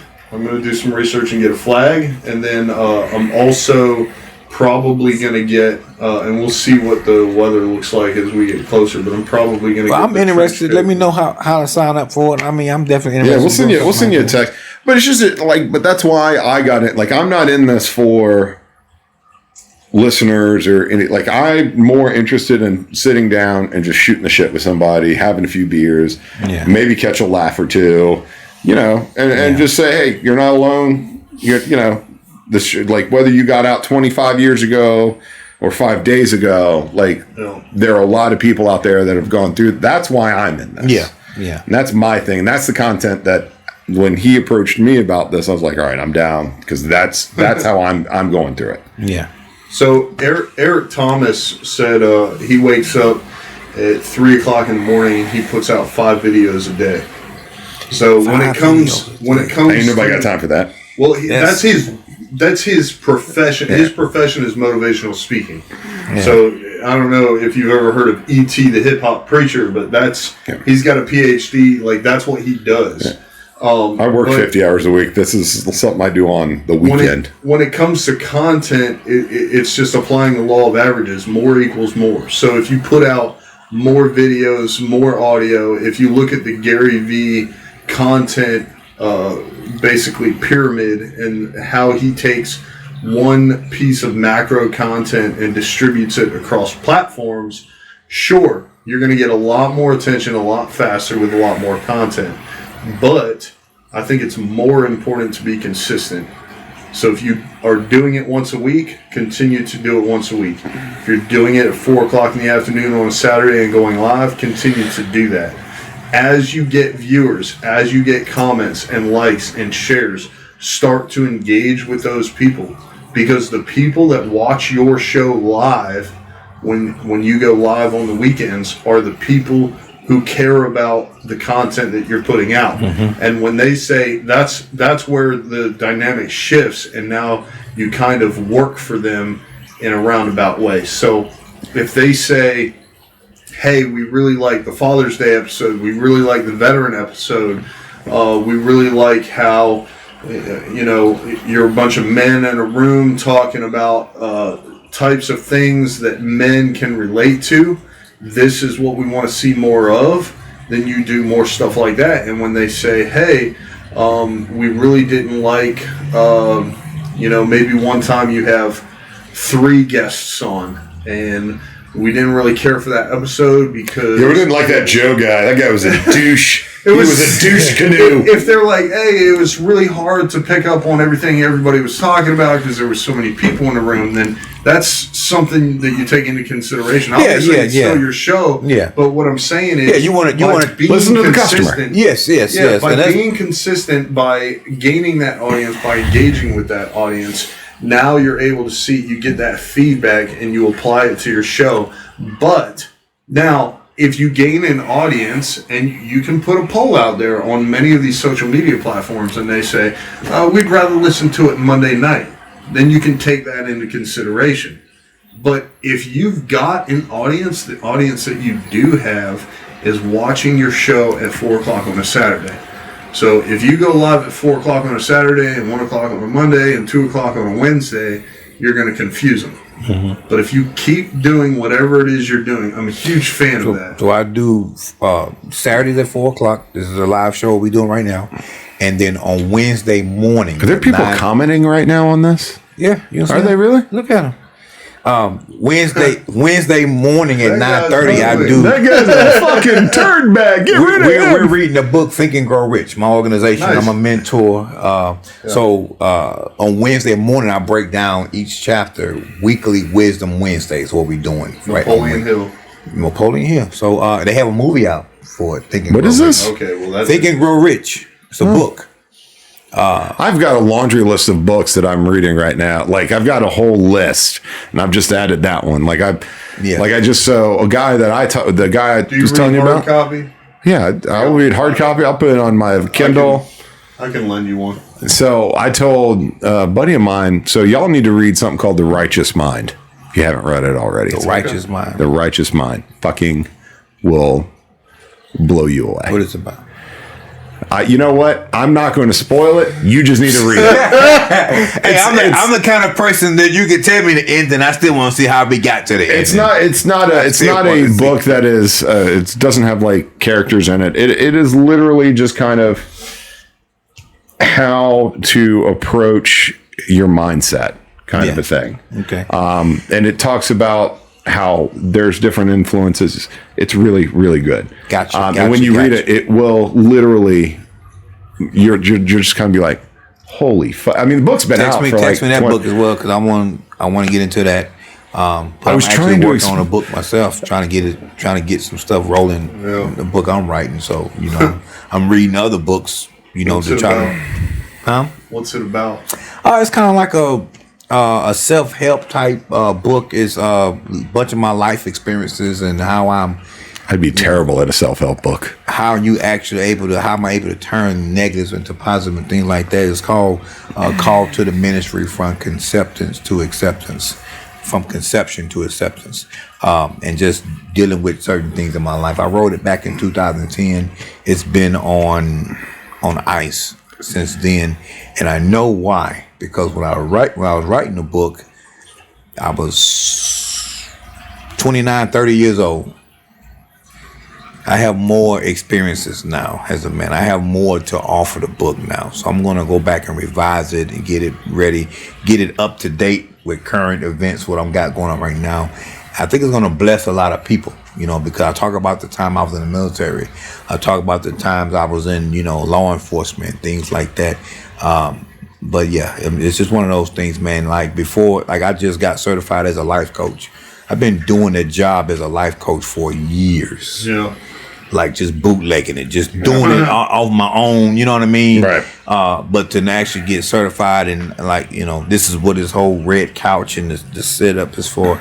People to come in and talk to me and be able to help them out, man, and just be able to listen to them. And most time it's just them getting their own thoughts out. Yeah. And they help themselves when you say, I think that helps people it helped because it helped me. I mean, and it's got to help a lot of people just being able to come to a place and sit down and talk and sometimes you got to get your thoughts out, man. You got to be able to rationalize your thoughts, just be incoherent for a few hours. That's and be what like, it's about. I'm going to go because I'm pretty ADD.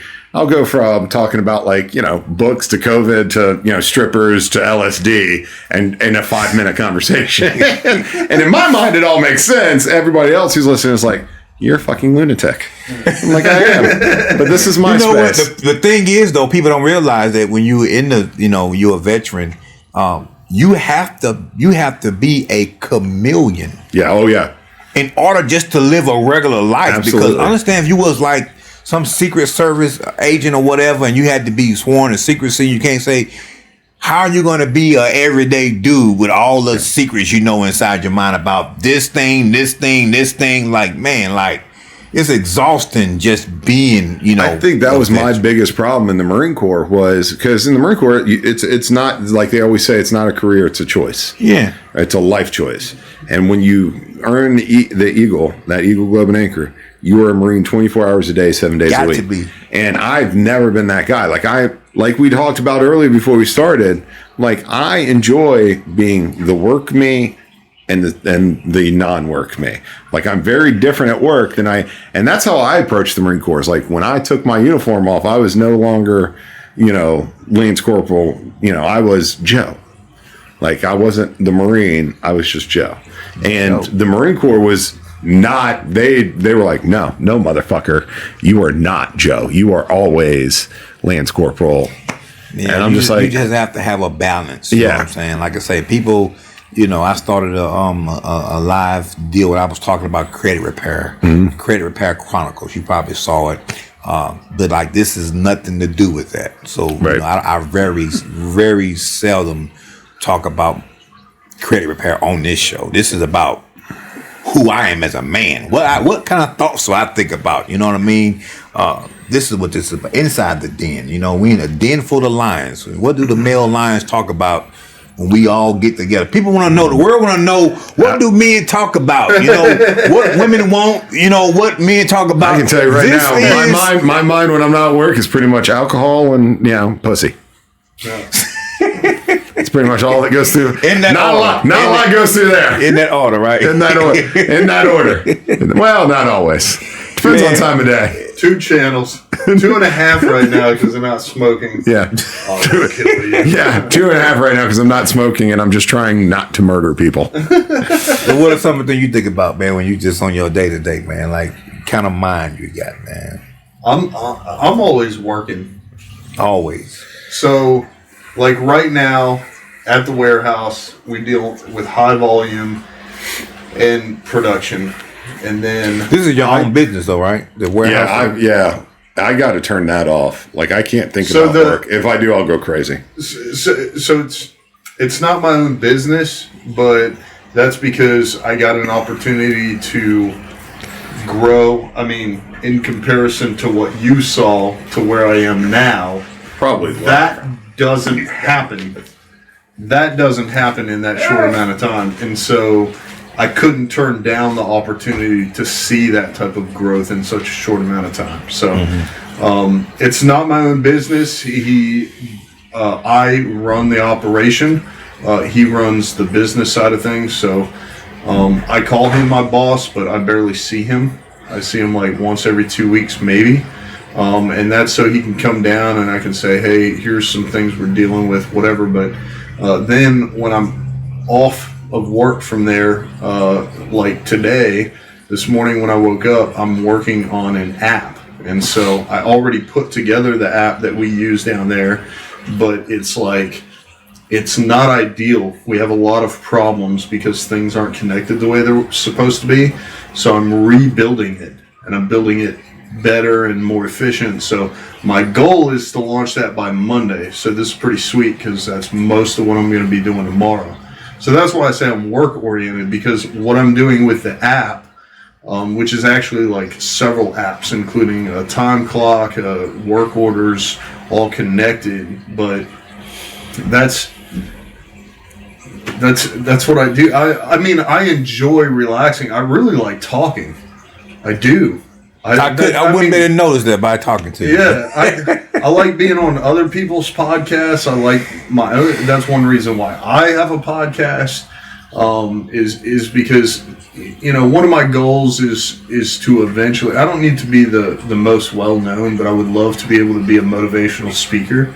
I have no formal training. I haven't gotten a Toastmasters yet, but so here's the thing.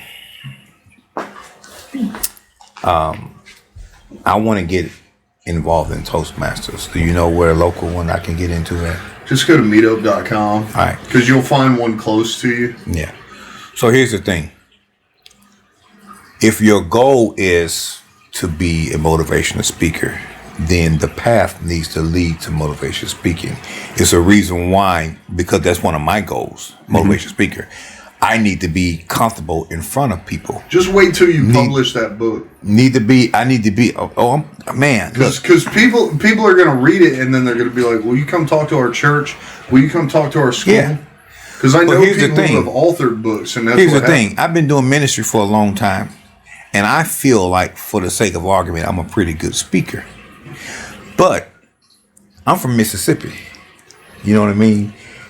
I have certain words I don't pronounce correctly. So in my mind, I need to take some speech classes. I need to take some public speaking classes just so I can sharpen my craft, because if this is what I'm going to be doing for the rest of my life, I need to be proficient in it. There's a reason for doing a podcast, a reason for me being a life coach and all that, so that when those times everything is lining up, you know what I'm saying, even though it might be years away, if you start doing the things now, everything leads to where you want to go. So definitely gonna need that information on the what you just said. Yeah. The meetup or whatever, because I want to actually start taking some speech classes. Meetup.com, like they got, so Toastmasters are on there just because that's how it happened. But then I'm a co-organizer for the Raleigh Meetup group, which is, I think, the largest one in North Carolina. Mm-hmm. Not for Toastmasters, for Amazon. Mm-hmm. So if people have a common interest and you want to get together with other people that have that same common interest, you can find it on meetup.com. I got a buddy. I'm really terrible at that kind of shit. Meetup.com. Meetup.com. Yeah, and you just type in Toastmasters and then they'll find. I guarantee you you'll find, because there's. Write that down, Caleb. I need all this information. I need it written down, buddy. That's always been one of the things I've always struggled with, and will always struggle with, is like networking and meeting up. Like, because if you put me behind a computer and like type in what you like, I'm like, dude, I like a lot of different shit. Like, it's like asking me what my favorite band is or my favorite movie is. Like, there's like 1,000 of them. Yeah. Like, and I'm terrible at networking. Like, I don't like network well at all. My wife even is like, you are really bad at this. She's like, because when I was unemployed during COVID last year, she was like, you need to go to networking events. I'm like, I am the most awkward person at one of those, because like sitting in a room full of people, I'm fine with. Like, if I'm not on the spot and there's no end goal, like, put me on the spot when I'm trying to network or trying to accomplish something, I get so super awkward. Like, people are like, something's wrong with that fucking guy. Like, what is wrong with him? Wow. He quit smoking. I did quit smoking. That's what's wrong. Yeah, you put me in traffic like coming down here. I'm ready to just fucking kill somebody. I was about to strangle people on the drive down here. So who drove you in? You drove. I drove. I was sitting behind the wheel just like, ah! So let me ask you a question. So the motivational speaking that you want to do, is it coming from years and years and years of listening to Zig Ziglar, being in sales meetings? Like, what's the passion behind what you want to do? So the biggest thing is in Eric Thomas. If you go to YouTube and type in Eric Thomas full, somebody put together a compilation of some very key stories from multiple of his keynote speeches in a 40-minute video that I listen to, like when I'm at the gym on the elliptical or doing something. Man, I can't do that shit at the gym. No. It's not. I'm not lifting and I'm not running. And so I listen to it, and one of the things he talks about is, I believe, the Las Vegas shooter. And he's like, you took 50 lives. We're about to go inspire 50 lives. I could be wrong. He might be referring to something else, but he's talking about the chaos and the this, that, and the third. And he's like, we're going to a school tomorrow. We're going to show up. You killed 50 people. You injured 400. We're coming for you. Okay. Isn't the guy and then dead? he talks about... Say what? Isn't that guy dead? The Las Vegas? Yeah, didn't he kill himself? Get killed by... I don't know, but Eric Thomas then talks about how he's going to go into the school. He's going to inspire children. He's going to record it and put it on YouTube so that other teachers see how to inspire our babies, how to motivate our babies. And it's not, I mean, to be honest with you, I don't even necessarily have a huge passion for kids. Though TJ, who his last name is Johnson, I think his first name's Troy. I had him on Business and Brews, and he runs a nonprofit that specifically focuses on teen boys and helping them and learn how to become men. I don't even really have a passion for kids necessarily, though my mom would disagree because I have a little sister who's 10 years younger than me, and I helped out and volunteered when she was in MOPS, which is Mothers of Preschoolers. And you're talking about like 5 and 6 year old kids is the class I was in helping. But I'm somewhat indifferent when it comes to the age of the people.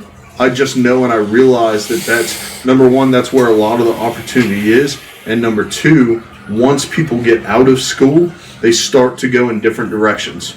So the biggest opportunity, if we want to influence anyone, is going to be inside of the school system while they're still all in one place, because I want to reach out and touch people and hopefully help people who can hopefully take something from something I say and learn from it, apply it, who might be from different backgrounds and headed on different paths. Because this is kind of like what you talked about before, Daniel, with our military experience. You walk outside of your barracks room, you take a right, and you run into the white guy, the black guy, the Mexican. This guy down here dresses all nice and neat and wears, khaki pants and a polo shirt, and this guy is always on the balcony in blue jeans with his wife beater on, and this guy listens to country music, and this guy listens to hip hop. All of those people, when you go to a school, are in one room. And so I want the opportunity to help influence those people with what I have to say, which a lot of it does stem from my experience. A lot of it definitely comes from how I was raised. Mm-hmm. But when it comes down to being a motivational speaker, like I said, I don't need to be world renowned. Like Eric Thomas is the best of the best. A lot of his inspiration came from people like Tony Robbins and Les Brown, but he talks about how, he says, y'all sitting here right now, you're talking about people coming in, he's talking about how the shooter took 50 lives, we're about to go inspire 50 lives. He goes, where I come from, Eric Thomas is from Detroit, 8 Mile. He talks about how, where I come from, people don't eat when you talk to them. People don't eat when you say things. People eat when you help them eat. So he's talking about making that contribution, and he doesn't charge, or at least when this YouTube video was put out, he doesn't charge money to go to the schools and speak at the schools. He charges money for the sporting teams and events and conferences. He charges money from corporate America to go speak and motivate them. But when it comes to the schools, he doesn't charge money. He gives back, and he talks about how in this video that I'm referring to, I heard there was a rapper here last night, and he took y'all's money, but he didn't put nothing back. Eric Thomas is doing the exact opposite. Not only is he not taking any money, but he's investing back into the community, back into his community. So, like I said, I don't necessarily care one way or the other, the age of the individuals, but to be able to get them, I mean, that's when they're young, you're able to mold them, and I don't believe that's something I would say in front of a large group of kids would take that one kid that's like, I'm, headed down a terrible path. I don't think I'm going to say a single sentence and he's all of a sudden going to turn his entire life around. But if I can go in there and say what I have to say, give back, and then influence people in a more positive direction, like I said, I like to talk. So I think it would be better if I like to talk so much to be able to put it to good use than to just, you got a great podcast with. This is the reason why he was one of our top salesmen when we was doing the campaign we was on. Because he would spend that extra time talking to these people and making them feel comfortable, and it would take him 3 hours to do his job, where everybody else was like, get him in, get him out. And one of the things that we learned when we started doing this a long time ago, people don't care how much you know until they know how much you care. It's what he's talking about. When they know you care enough about them to spend your time and to put back into the community, and you're not taking from the community, then they'll start asking you what you know. Right. When they know that you care about them. And that's a very good thing that you got going on, because that's one of my passions as well. I have a mentorship program called the Lion's Mane, which is why I started growing my beard, because I want to look like Mufasa here. And it actually is, young men 12 to 25, teaching them how to fill out, job applications, resumes, how to change a tire, how to dress nice, how to pick up a tab at when you go to date a young lady, things like that, how to talk to the police, because, if we don't do something that help with the narrative of the community, then we can't expect things to change. Because I was telling you earlier, I have been an officer and an inmate. So when I see the people get pulled over and they already nervous because police is behind them, it's a way to talk with respect that won't come off being, aggressive, or, they. And one of the things, and I've done something, I'm not proud of, but just to kind of push the envelope. I told this story before. It was right after the George Floyd situation, and everybody was on high alert with the whole Black Lives Matter and police pulling people over. I was in my black Challenger and I was going 90 miles an hour on a 50-mile-an-hour road. Didn't have no license on me. Was going to Clayton and coming back to Smithfield, and I said I'll be in and out. I won't be that long, so I don't need my license. And got stopped by a state trooper. I was a mile from the house. I could have kept driving and got to my house, took a chance, or I could have pulled over, but I want to make sure I was close enough to the house that when I pulled over, it was, and so because I know. And it's what you know is could be different between life and death. Just like in the military, it's what you know that the other person don't know is going to actually, you come home at night because you know something that they don't know. So didn't have my license, going 90 miles an hour. He pulled me over, had my daughter in the car. Now either she had extreme confidence in who I was, or she didn't give a crap, because she never looked up from her phone the whole time I'm getting stopped. And the guy say, I clocked you going 90 back there. There's a 55. I say, yes, sir. I do apologize for speeding on your road. Then here goes the whole accept responsibility, which is something a lot of people don't do. Accept responsibility. Then he says, license, registration. Have my registration, sir. Do apologize. I don't have my license on me, but I have it on my phone. Would you like to take a look at it? So being able to provide what he needed. Didn't give him no back talk. He went back to the car, looked at my license. He noticed that my house was literally 300 yards away, because I had drove enough to say, let me go ahead and get on my road, pull over. Then he say, you right here at the house, man. Have a good day. Just don't speed no more. So that situation could have went differently if I would have came off aggressive. Why you pull me over for? Why you want to do this? Y'all being right. It's just one of those things. So this program, Lion's Mane, is geared toward giving these young men and young women or whoever's part of the program some education on some things that they might be missing from their life, or just something that they might need to know that I've been through already, that I can bring some light. Just like you was talking about going to the schools and stuff. If nobody's showing up to teach these kids anything, where they supposed to get education from? And the teachers don't want to teach. Because they don't get paid to do this. They don't get paid to do that. You know what I'm saying? It's like everybody's being underpaid, so nobody want to do extra work because I'm not being paid for the extra. Right. You know, the teachers only teach them so much about the school. What about life? Yeah. What about starting a business? What about dressing for an interview? What are we teaching these kids, you know, in order to bridge the gap between what they're missing? And that's one of the things that I commend you on, wanting to be a motivational speaker to help teach these people some things that they might not be getting, because I can't honestly say that I've done anything. I've done my job, or I've done all I can do if I haven't done all I can do. You know what I mean? Right. So that's something that's real good. But I encourage you to stay on the path. I encourage you to take the speech classes, take the public speaking, because even though you might have it down pat, you know, it's just that one or two little tweaks in your whole presentation that might take you from here to there.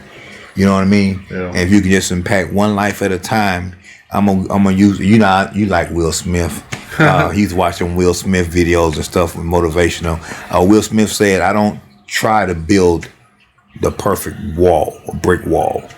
You just lay one brick at a time every day, 5 days, 7 days a week, and those individual bricks are going to equal this perfect wall." You can't go out there and say, "I'm going to build the perfect wall," and you're going to screw everything up. Right. Because, you know, life is not perfect. You know what I mean? You have to be able to move and shake and bake through the things. But just focus on that one brick at a time, that one child at a time, that one step at a time, that one business at a time, that one podcast at a time. And eventually all those small bricks are going to end up being the wall. And then the wall is going to be perfect because you laid the bricks perfect. Very well said. You guys are inspirations. I'm a very selfish motherfucker, because I'm like, the only thing I want out of life is, you know, 10 acres of land out in the middle of nowhere, and some beer, and, you know, just be able to go outside and walk around. That's it. Just enjoy life until it's over. Yeah. Well, you know, the world needs a Ryan, man. You know what I mean? There's not people like you too. Like, there's not people going around making sure veterans are okay. I mean, are you kidding me? Like, are you okay, brother? How's your mental state? Or can we talk about, like, nobody's doing that. That's why I hate going to the VA, man. Like, VA. I've never actually walked a foot in the VA. I've never taken a step inside the VA. You go to the VA for your problems, and they enhance your problem. Like, if I got PTSD, if I go to the VA, I'm gonna have a PTSD attack. Like, hey, man, I can't. Not you know ever what I'm saying? Stepped inside any VA. So how'd you get your stuff done? How'd you get your? I got all my stuff done for the VA side of things before I EAS'd. I went to the VA at Camp Lejeune and did all my checkout. You don't have an active claim for this for. I've got my benefits all done. I got all that taken care of before I got out. All my senior guys were like, "Do not try and do this shit." Like, they will tell you. So one of my senior guys who had gotten out before me, I was talking to him on the phone. He goes, I was like, "What advice do you have?" He said, "Before you fucking EAS, before you step off of Lejeune, you need to go to the VA at Lejeune and do all your stuff there." And he said, "Do not wait until you come home," which is what they'll all tell you to do. But you have a health insurance plan.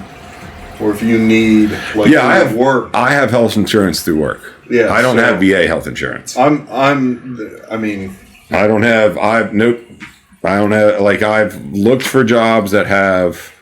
So I went to college right after the Marine Corps and had health insurance through college, because the VA provided that through the school, which the school provided me. And then I got a job right after graduation that gave me health insurance after 90 days. The guys, a lot of the guys that have issues, you know, they're the ones that get out that have a health problem directly from their military service. Right. They're the health insurance or provider won't pick them up because of that, or they don't have it. You know, I was up in Durham at the VA with, you know. I mean, I've got my knees. I've got the knee issues that I have. My health and cover. I just deal with it. I'm just. And I had that same attitude, man, when I got out. Look, I'm strong. I don't need no help from the VA, man. But as I get older, man, I'm like, look, y'all owe me, man. I'm almost 40 You know what I'm and like saying? squatting down for a long period of They time. Like, owe me, man. But it's just so hard to get this stuff started because I think the goal is to just wear you down. Yeah. Like we wouldn't want you to discourage you so you don't get them. Like, come on, man. I mean, like I was moving a bunch of windows the other day into a house where they didn't have steps up the front porch. It was like literally a center block that you had to step on, and you had to like step from like pretty much like this up onto something like that to get onto the porch to carry the windows inside. Because, you know, it was on a construction job site, and every time I stepped up, man, my knees were just like shot, and I was like, I'm just gonna deal with it. I was like, just got to be careful. I'm just gonna deal with it. I'm not gonna. That's why I got my gym membership again. Yeah. I wasn't going because they wanted me to wear a mask while I was in the gym. hey, that's ludicrous. You can't work out, but you got a mask on. Come on, man, you can't do that. That's you can't enjoy the workout if you got to. Well, I don't know about y'all, but I mean, breathe your own breath. In all fairness, you know, down at Fort Hood, we would do pro mask runs. So, with the gas masks. Yeah, gas mask? Fuck that shit. That's a whole different kind of workout, though. We would put our gas mask on and go for a run. Yeah, that's a whole different kind of workout. Yeah. Oh no, it's definitely. They actually made that a real thing. So after I got out, I was like, I'm not gonna do that ever again. And they were like, "Sir, you have to wear a mask while you're working out." Yep. And I was like, "No, I don't. I'm leaving. I'm canceling my membership." Yeah, fuck off. Yeah. Fuck off and die. So now the gym I'm at doesn't require me. I need to join a gym. I've been doing the running. That's what I've been doing. And my job itself is a workout because I lift lumber, and in the 7 months I've been working there, I've lost like 25 pounds. Nice. So I'm lifting lumber and doors and windows. I've lost at least 10 since the summer because it's 85 degrees inside. I work outside all day. Wow. I work outside in pants and boots. I sweat my ass off. I've got like sweat rags now. I'm going to be starting my new workout routine as soon as my tonal shows up. I want to get a tonal. I'm getting one. It's going to be here next week, and I can't wait. I just got my whole workout got to be revamped because I do have, and this will happen to me. So I was working at this gym down the street during the pandemic. She wasn't able to afford to keep the doors open because they wouldn't let nobody come in the gym. I think she was paying like $7,000 a month for rent. She was like, look, I just want to take my gym and I want to sell the equipment to all of my members and then let them build their home gym. So I actually bought the bench I used to work out at with. I actually bought that from her. My flat bench, the weights, dumbbells, and all that. So I have that in my house. She was able to give me a elliptical for the cardio. But I just need a little bit different, like variety. You know what I mean? So I got the digital weights coming to tonal, and I'm gonna be doing a little bit of the dumbbell, barbell workout incorporated with some of the digital to kind of do like a hybrid type workout. So I don't want to start until I get my tonal because I'm gonna be doing a lot of work on there. So I'm just excited, like a kid at Christmas. Got a new toy coming in. I can't wait to get it. Dude, I want a tonal. Like, my wife wants to get a Peloton. I'm like, I'd rather get a tonal. Them Peloton been killing folks during the pandemic. I'd rather get a tonal. I run in the morning. I'm fine. Children, they've been snatching them up. I just know I go for a run, and if I go outside and go for a run that's raining, it's very easy for me to turn around and go, fuck that. So I got a gym membership, and I said if it's raining, I love running in the rain. I like going out, and I like being around other people. So I run like 20 degrees hotter. So when it's raining outside, and I'm like, I'm not going to sweat. I'm just going to go for a run because it feels cooler. Like when it's raining, like I feel like I don't feel as hot. I mean, I agree. When I wake up at 5:30 in the morning and go for a 3-mile run, and it's already 82 degrees, that's when I got a fucking problem. Well, if I go outside and I make an excuse to not work out, The hardest part is they me know the throwing the solution. covers off at 5:30 in the morning and getting my ass out of bed. Yeah, that's the hard. That's the hard part. Letting that bed go is the hardest part. Once I put my feet on the ground and I'm up, Dude, I got no Tom, problems. Listen to that Eric Thomas video one time. I got no problems. Here's the He's thing: like, motivational Look at speakers. my T-shirt. No alarm clock needed. My passion wakes me up. See, motivational speakers. So here's my thing. I've had motivational speakers. I've gone to like. Hey, it don't work. It don't work on him. Listen to Eric Thomas. This chode motherfucker's gonna tell me about my life. Fuck you, bro. Listen to Eric Thomas. I've never one been, time. I've had so many people try and and I don't know why I've always been so resistant to it. Like I've had people even in combat situations like try and motivate you, and like they say some motivating shit, and you're just kind of like, fuck you, bro. Like I don't know what it is. That's like the punk rock side of me, like where I just like want to rebel against everything. Like where I'm just like someone's trying to like motivate me, and I'm just like the only thing I'm visualizing right now is me punching you in the throat. That's favorite part of the military was cadence running. I fucking hate that shit. You like that? I was like, oh my you God. pogue motherfucker. If they do a good cadence, or if I get to go out and I get to sing a good cadence, but if they just go out there and do that left, right, left bullshit, and I'm like, hey, you're fired. Nope. Especially the guys that I never liked cadence because I was too busy trying to breathe. Oh shit! No, the thing. So if they were musicians or DJs or something on the side and they got out there, they always had some crazy ass shit to say. Fuck yeah. The only cool thing I ever did cadence wise was I had an infantry training. I had an instructor when he marched us, and he actually marched us from the barracks to the chow hall, and he did it in the Star Wars theme. Left, right, left, and we were marching to it. And it was like, oh, this is fucking badass. That was the only time. Everything after that, like whenever we would hear people running like with cadence, we would just be like, there go the pogues running around. Yeah. Well, I remember when we was going through training in boot camp, and we got to start doing the marching, and in the small groups, we had somebody had to march. I'm so good with impressions, man. I listen to my drill instructors like night and day. So they want me to do cadence. I would just start imitating one of the drill instructors, right. And they was like loving it. We did like what was that fire? Was it the fireside, the gong show? Oh yeah, the gong show. We did the gong show. They said, Evans, come up here and do cadence. I did the gong show. Was awesome. They wanted me to do cadence in the voice of one of the drill instructors. That was like my talent. They're like, this guy is so hilarious, and every time we marched. Did you guys do the gong show in the Army? You know what we're talking about? Not a thing. I know we had an ending ceremony or whatever. No, so for us, the gong show happened at the end of BWT or BTW or whatever it was, Basic Warrior Training, BWT. Yeah.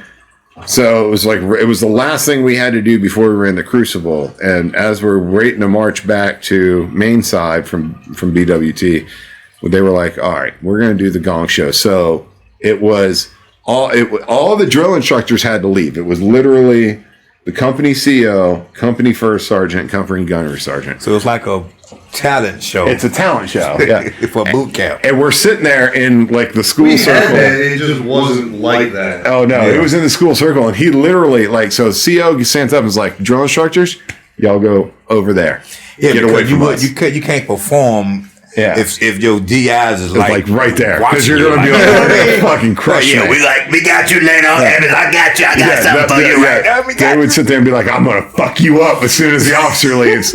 So they don't know who's getting interred. So it was hilarious because the entire series was out there, and they were like, "Hey guys, y'all can do whoever you want, impersonate whoever you want.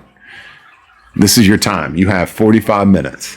And like anyone who wants to go, just stand up in the center and just do it. And for like a few minutes, like there was nothing. And finally, one recruit stood up and just started doing one of his drill instructors, and our CO loved it. And so everyone just started going and just doing their own. That was the highlight of my freaking boot camp was when we had to do that. Absolutely. I had a chance. Had one guy We usually had one guy that could impersonate the drill sergeants, and usually that one guy could do all of them.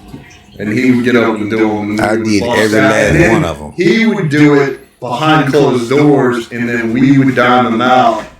And then the drill sergeant would be like... Well, here's the craziest thing is I had one guy in the Gong Show in our series, one of the guys stood up and actually did RCO in front of RCO, which was like this what happened to me. No. This what happened to me. Like, I actually done it. Everybody liked it, and then they told the judge about it, and he said, I want to hear you freaking do it. And I said, oh my God. So, do it. I want you to do it. Yeah. So he wanted me to, and I did it for him. He was like, that's freaking awesome. He was like telling me it was awesome. But we did it just because you could not do it in front of our DI. Like our DIs, like I don't remember the names of all of my DIs except for one. How old are you? How old am I now? Yeah, I'm 37. All right, so you a couple of years under me. So I think it started changing probably after you came out. Now they got stress cards. Yeah, we didn't have any of that shit. All kind of stuff now where it's like it's a whole different experience than what it was when it was. TikToks? Yeah. We weren't allowed to have fucking phones. How did you get a TikTok from a recruit? I'm not there. I have no fucking idea. We weren't allowed to have phone. Like I remember. This was the most fucked up thing about boot camp for me in my eyes. That fucked with me the most was that first night when you show up in the middle of the night, like you're sleep there. Deprivation. Yeah, like so the fog of war. You don't know what's going on. Yeah, so they keep you up for like 30-something hours. First off, but in that time, they make you. This is the last time you're actually going to talk to someone. Yeah. Because you have to put your whole life into a brown paper bag, or at least you did. I don't know if that's still the thing. You had to put your whole life into a brown paper bag, write your name on it and your social. And you weren't going to see that shit again until you graduated. Like your tennis shoes, whatever you brought with you to Paris Island is going into this brown bag. And it is literally like a brown paper bag. And then they march you before you go through, and that step you've got to go into this like bank of phones, which looks like the emergency phones, like just a phone box that you open. You know what I'm talking about, like the old emergency phones that you see on like campuses and shit. And there's a script on the inside, and basically the drill instructors are walking up and down, and they're telling you, they're like, this is what you're going to say. You are going to dial a number. You are going to talk to someone. You're going to say what's on the inside of this box, and you're going to hang up. You will not deviate from what is on this. You will not have a conversation. You will say the words that are written in front of you, and you will hang up the phone. And it is literally, I can't remember the exact words, but it's like, this is recruit so-and-so. I've made it to Paris Island.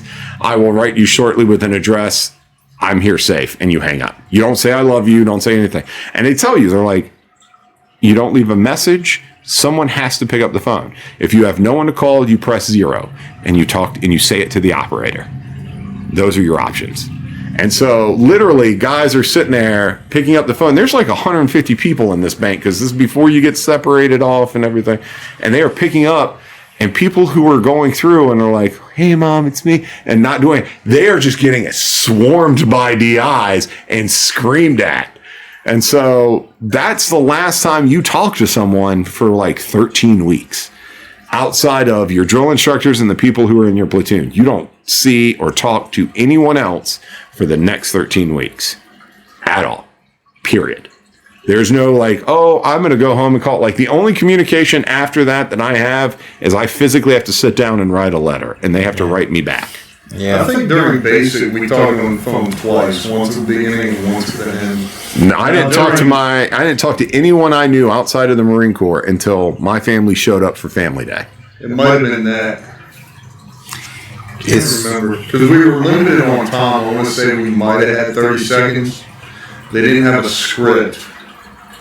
No, but we had a script. But this is I'll figure out this is recruited because I remember I was like, why do I remember the script? The script. You had a script. A string of payphones, and you went down there, and then I feel like once we got to AIT, they had because I was OSIT, so where your basic was 13 weeks, and then you went to infantry, advanced training. Ours was 21 weeks, just mushed together. And so I feel like so your boot camp and your MOS, it was all part of one. Together, yeah. See, we got that break in between. Yeah, so we had 10-day boot leave. You have ECT, you have AIT, and then if they're both together and you don't leave, you don't change units, you have a hiccup in the middle where you have a meal with your drill sergeants, which is super weird. And then it goes straight back to... We did that with Warrior Breakfast. That's basically what it was, but there was the difference between boot camp and AIT is that meal. Yeah. After this meal, then now you back in training, but I'll never forget. I went the first range I did at AIT, at SOI, which is School of ITB is what we call it, Infantry Training Battalion, which is where I was sent. I remember the first live fire range I did. I stood there, and you get searched at the end of the range to make sure you don't have any loose ammo or anything. You're good to go back to the barracks. And I'll never forget, I'm standing there with my arms spread out, and I have my SOI instructor is like pulling shit out. And you have to say the mantra, I have no brash trash or whatever. No brash trash. I can't remember the whole thing. But instead of saying I was so ingrained to saying this recruit, because in boot camp, you're not allowed to say me, I, or we. You have to say this recruit. So whenever someone addresses you, and you're responding, like they're asking you a direct question, and you say, this recruit, blah. But you don't say, I think this or I think that. You say, this recruit thinks whatever. So I stood with my arms spread out to this SOI instructor. I go, this recruit has, and he goes, you're a fucking recruit? What, you didn't earn the title of Marine? You're a fucking recruit again? You want to be a recruit? All right, we'll make you a fucking recruit. And I'm like, son of a bitch. That fucking sucked. Like, you can't get it right. Your mind is so mentally like focused on one thing till you just can't get it right. Yeah. You know what I mean? But we had a 10-day boot leave, and then if you went infantry, you checked into ITB. If you went non-infantry, non-03, you went to MCT, and you checked into MCT, and then you did your whatever MCT was, and then you did your MOS school. Whereas infantry training was you did 13 weeks of infantry training. So you did MCT, and then you broke off into, if you're going to be a machine gunner, tube stroker, 03, 11, basic rifleman, you just broke off and then did your basic infantry. We thought Marine MPs were so fucking badass because they looked like they were just Marines, you know? We didn't realize they were just like us. They just come from basic. You know, at the front gate. Okay, but the difference is, At the front gate, the MPs the MP school was all out of Leonardwood. Oh, okay, the MP school. So sometimes we trained with them. We had a gunnery sergeant that was one of our instructors. Because the MP school was all one. But the difference is with the Army, they send you through basic. We call them PMO in the Marines. We call them PMO. PMO? Yeah, they're PMOs. Provost Marshal officers, whatever. PMOs. That's weird. We call the PMO. The Provost Marshal's office is the PMO. I always called them PMOs. Yeah. I don't know. That's the difference. Yeah. I went to a football game on boot leave and met Emmitt Smith.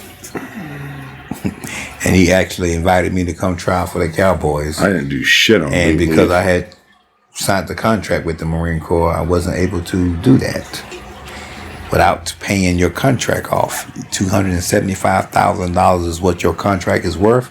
So anyone who enters in boot camp and want to get out, if you got $275,000, you can buy your contract out of the Marine I wasn't even aware that was an option.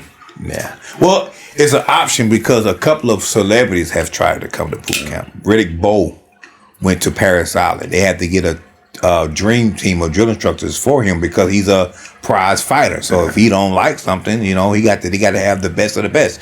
So Riddick Bowe, I think they say he lasted 2 weeks.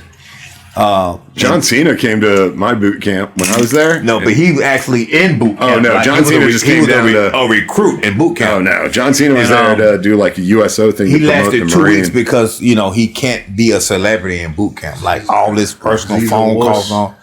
Pussy. He's a wuss. He was just like, I can't do this. I want to get out of here. Okay, $275 and you can go on. Like pretty much like buy his contract out. He was like, y'all crazy. Marines are crazy. I don't want to be part of this. I remember when John Cena showed up when I was going through McMatt, and he was touring Paris Island. You couldn't possibly know that. Huh? You couldn't possibly know that. What? that John Cena was there. He showed up while I was out on the fucking rubber. So you saw him. Yeah. If someone said there's John Cena, I was like, oh, okay. So how did you see all that? I mean, you had your head down, recruit. What are you doing? Good looking up. Yeah. Oh, ain't that John Cena? Yeah, that's not John Cena. No, one of the instructors was like, John Cena is here, don't fuck up. And I was like, okay, well, I guess that's a thing. He actually done a Marine movie, right? Yeah, he was promoting that movie. Yeah. And then apparently the instructors, I didn't see this, but I was shown a video of this after the Crucible. The instructors, he went over and was like wrestling, like doing McMap training with the instructors, with like the black belt instructors for McMap, and they fucked his ass up. What? Quick. That's crazy. Well, I mean, if you're doing McMap, like the black belt McMap guys, like are into jiu-jitsu and all of the different types of fighting, and those guys will fucking. There's not many of them, or they weren't back then. Yeah. But yeah, he was on Paris Island when I was there. Yeah. Yeah. And there was a whole crowd of people walking. We're sitting out there going, Marine Corps, Marine Corps. And someone's just like, y'all better get louder so John Cena can hear you because that's him over there. And we're just like, Marine Corps. Like, yeah, I probably would have knew who John Cena was if I was in boot camp because I didn't follow wrestling like that. Yeah. And plus, he was probably like 12. Yeah, probably. How old is he? Wait. Is he he's like? probably in his 40s. Is he in his 40s? No. Is I he? don't know. I'm making fun of his age, not John's. Man, I ain't that old. What's wrong with you? You should beat his ass for that. How old are you? You like what, 30? I'm the youngest one here. How old are you? 34. No, you're not. You 34? Yeah. Oh, okay. Carry the 1, divide by 4. Okay. Army, 34. not mathematician. Okay. So, Well, I mean, I'll be 41 in about 28 days. I'll be 37 in 2 days. Congratulations, Well, y'all, both of you. look, hold on to your youth as long as you can. Yeah, whatever that means, hold on to it. So when you get to a certain age, things start going downhill. I actually almost had an anxiety attack about turning 40. I'm like, why? How do you? Like, I don't want to get old. I want to stay. I've been 30s. I'm just thankful I made it this far in life. I mean? I'm like, I didn't think I was going to make it past 30 for a while there, let alone make it past 35. So, all right, well, I got to get going, guys. It's that time for me. The wife is going to start calling me here pretty soon, being like, "What the fuck? Are you coming home?" Well, I got to listen to the boss. She's my boss. well, yeah, that's all right then. I listen to happy wife, happy life. You all, it has been a pleasure sitting with you all today.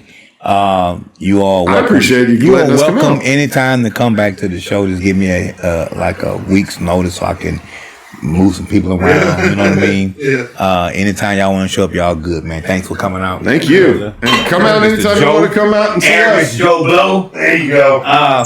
This is your boy Daniel Lyons Evans. We are saying peace and blessings to all you all. Be sure to subscribe to my YouTube channel, Inside the Den. I am Inside the Den on Twitch. I'm Inside the Den on Facebook. Like and subscribe, comment on the video so we can get some more feedback and things like that. Join me on Wednesday morning 9:30 with our weekly Wisdom Wednesdays, and then next Saturday at 4:00 we'll be live Inside the Den once again. This is your boy Dane Lyons Evans signing out. We'll see you all soon. Peace.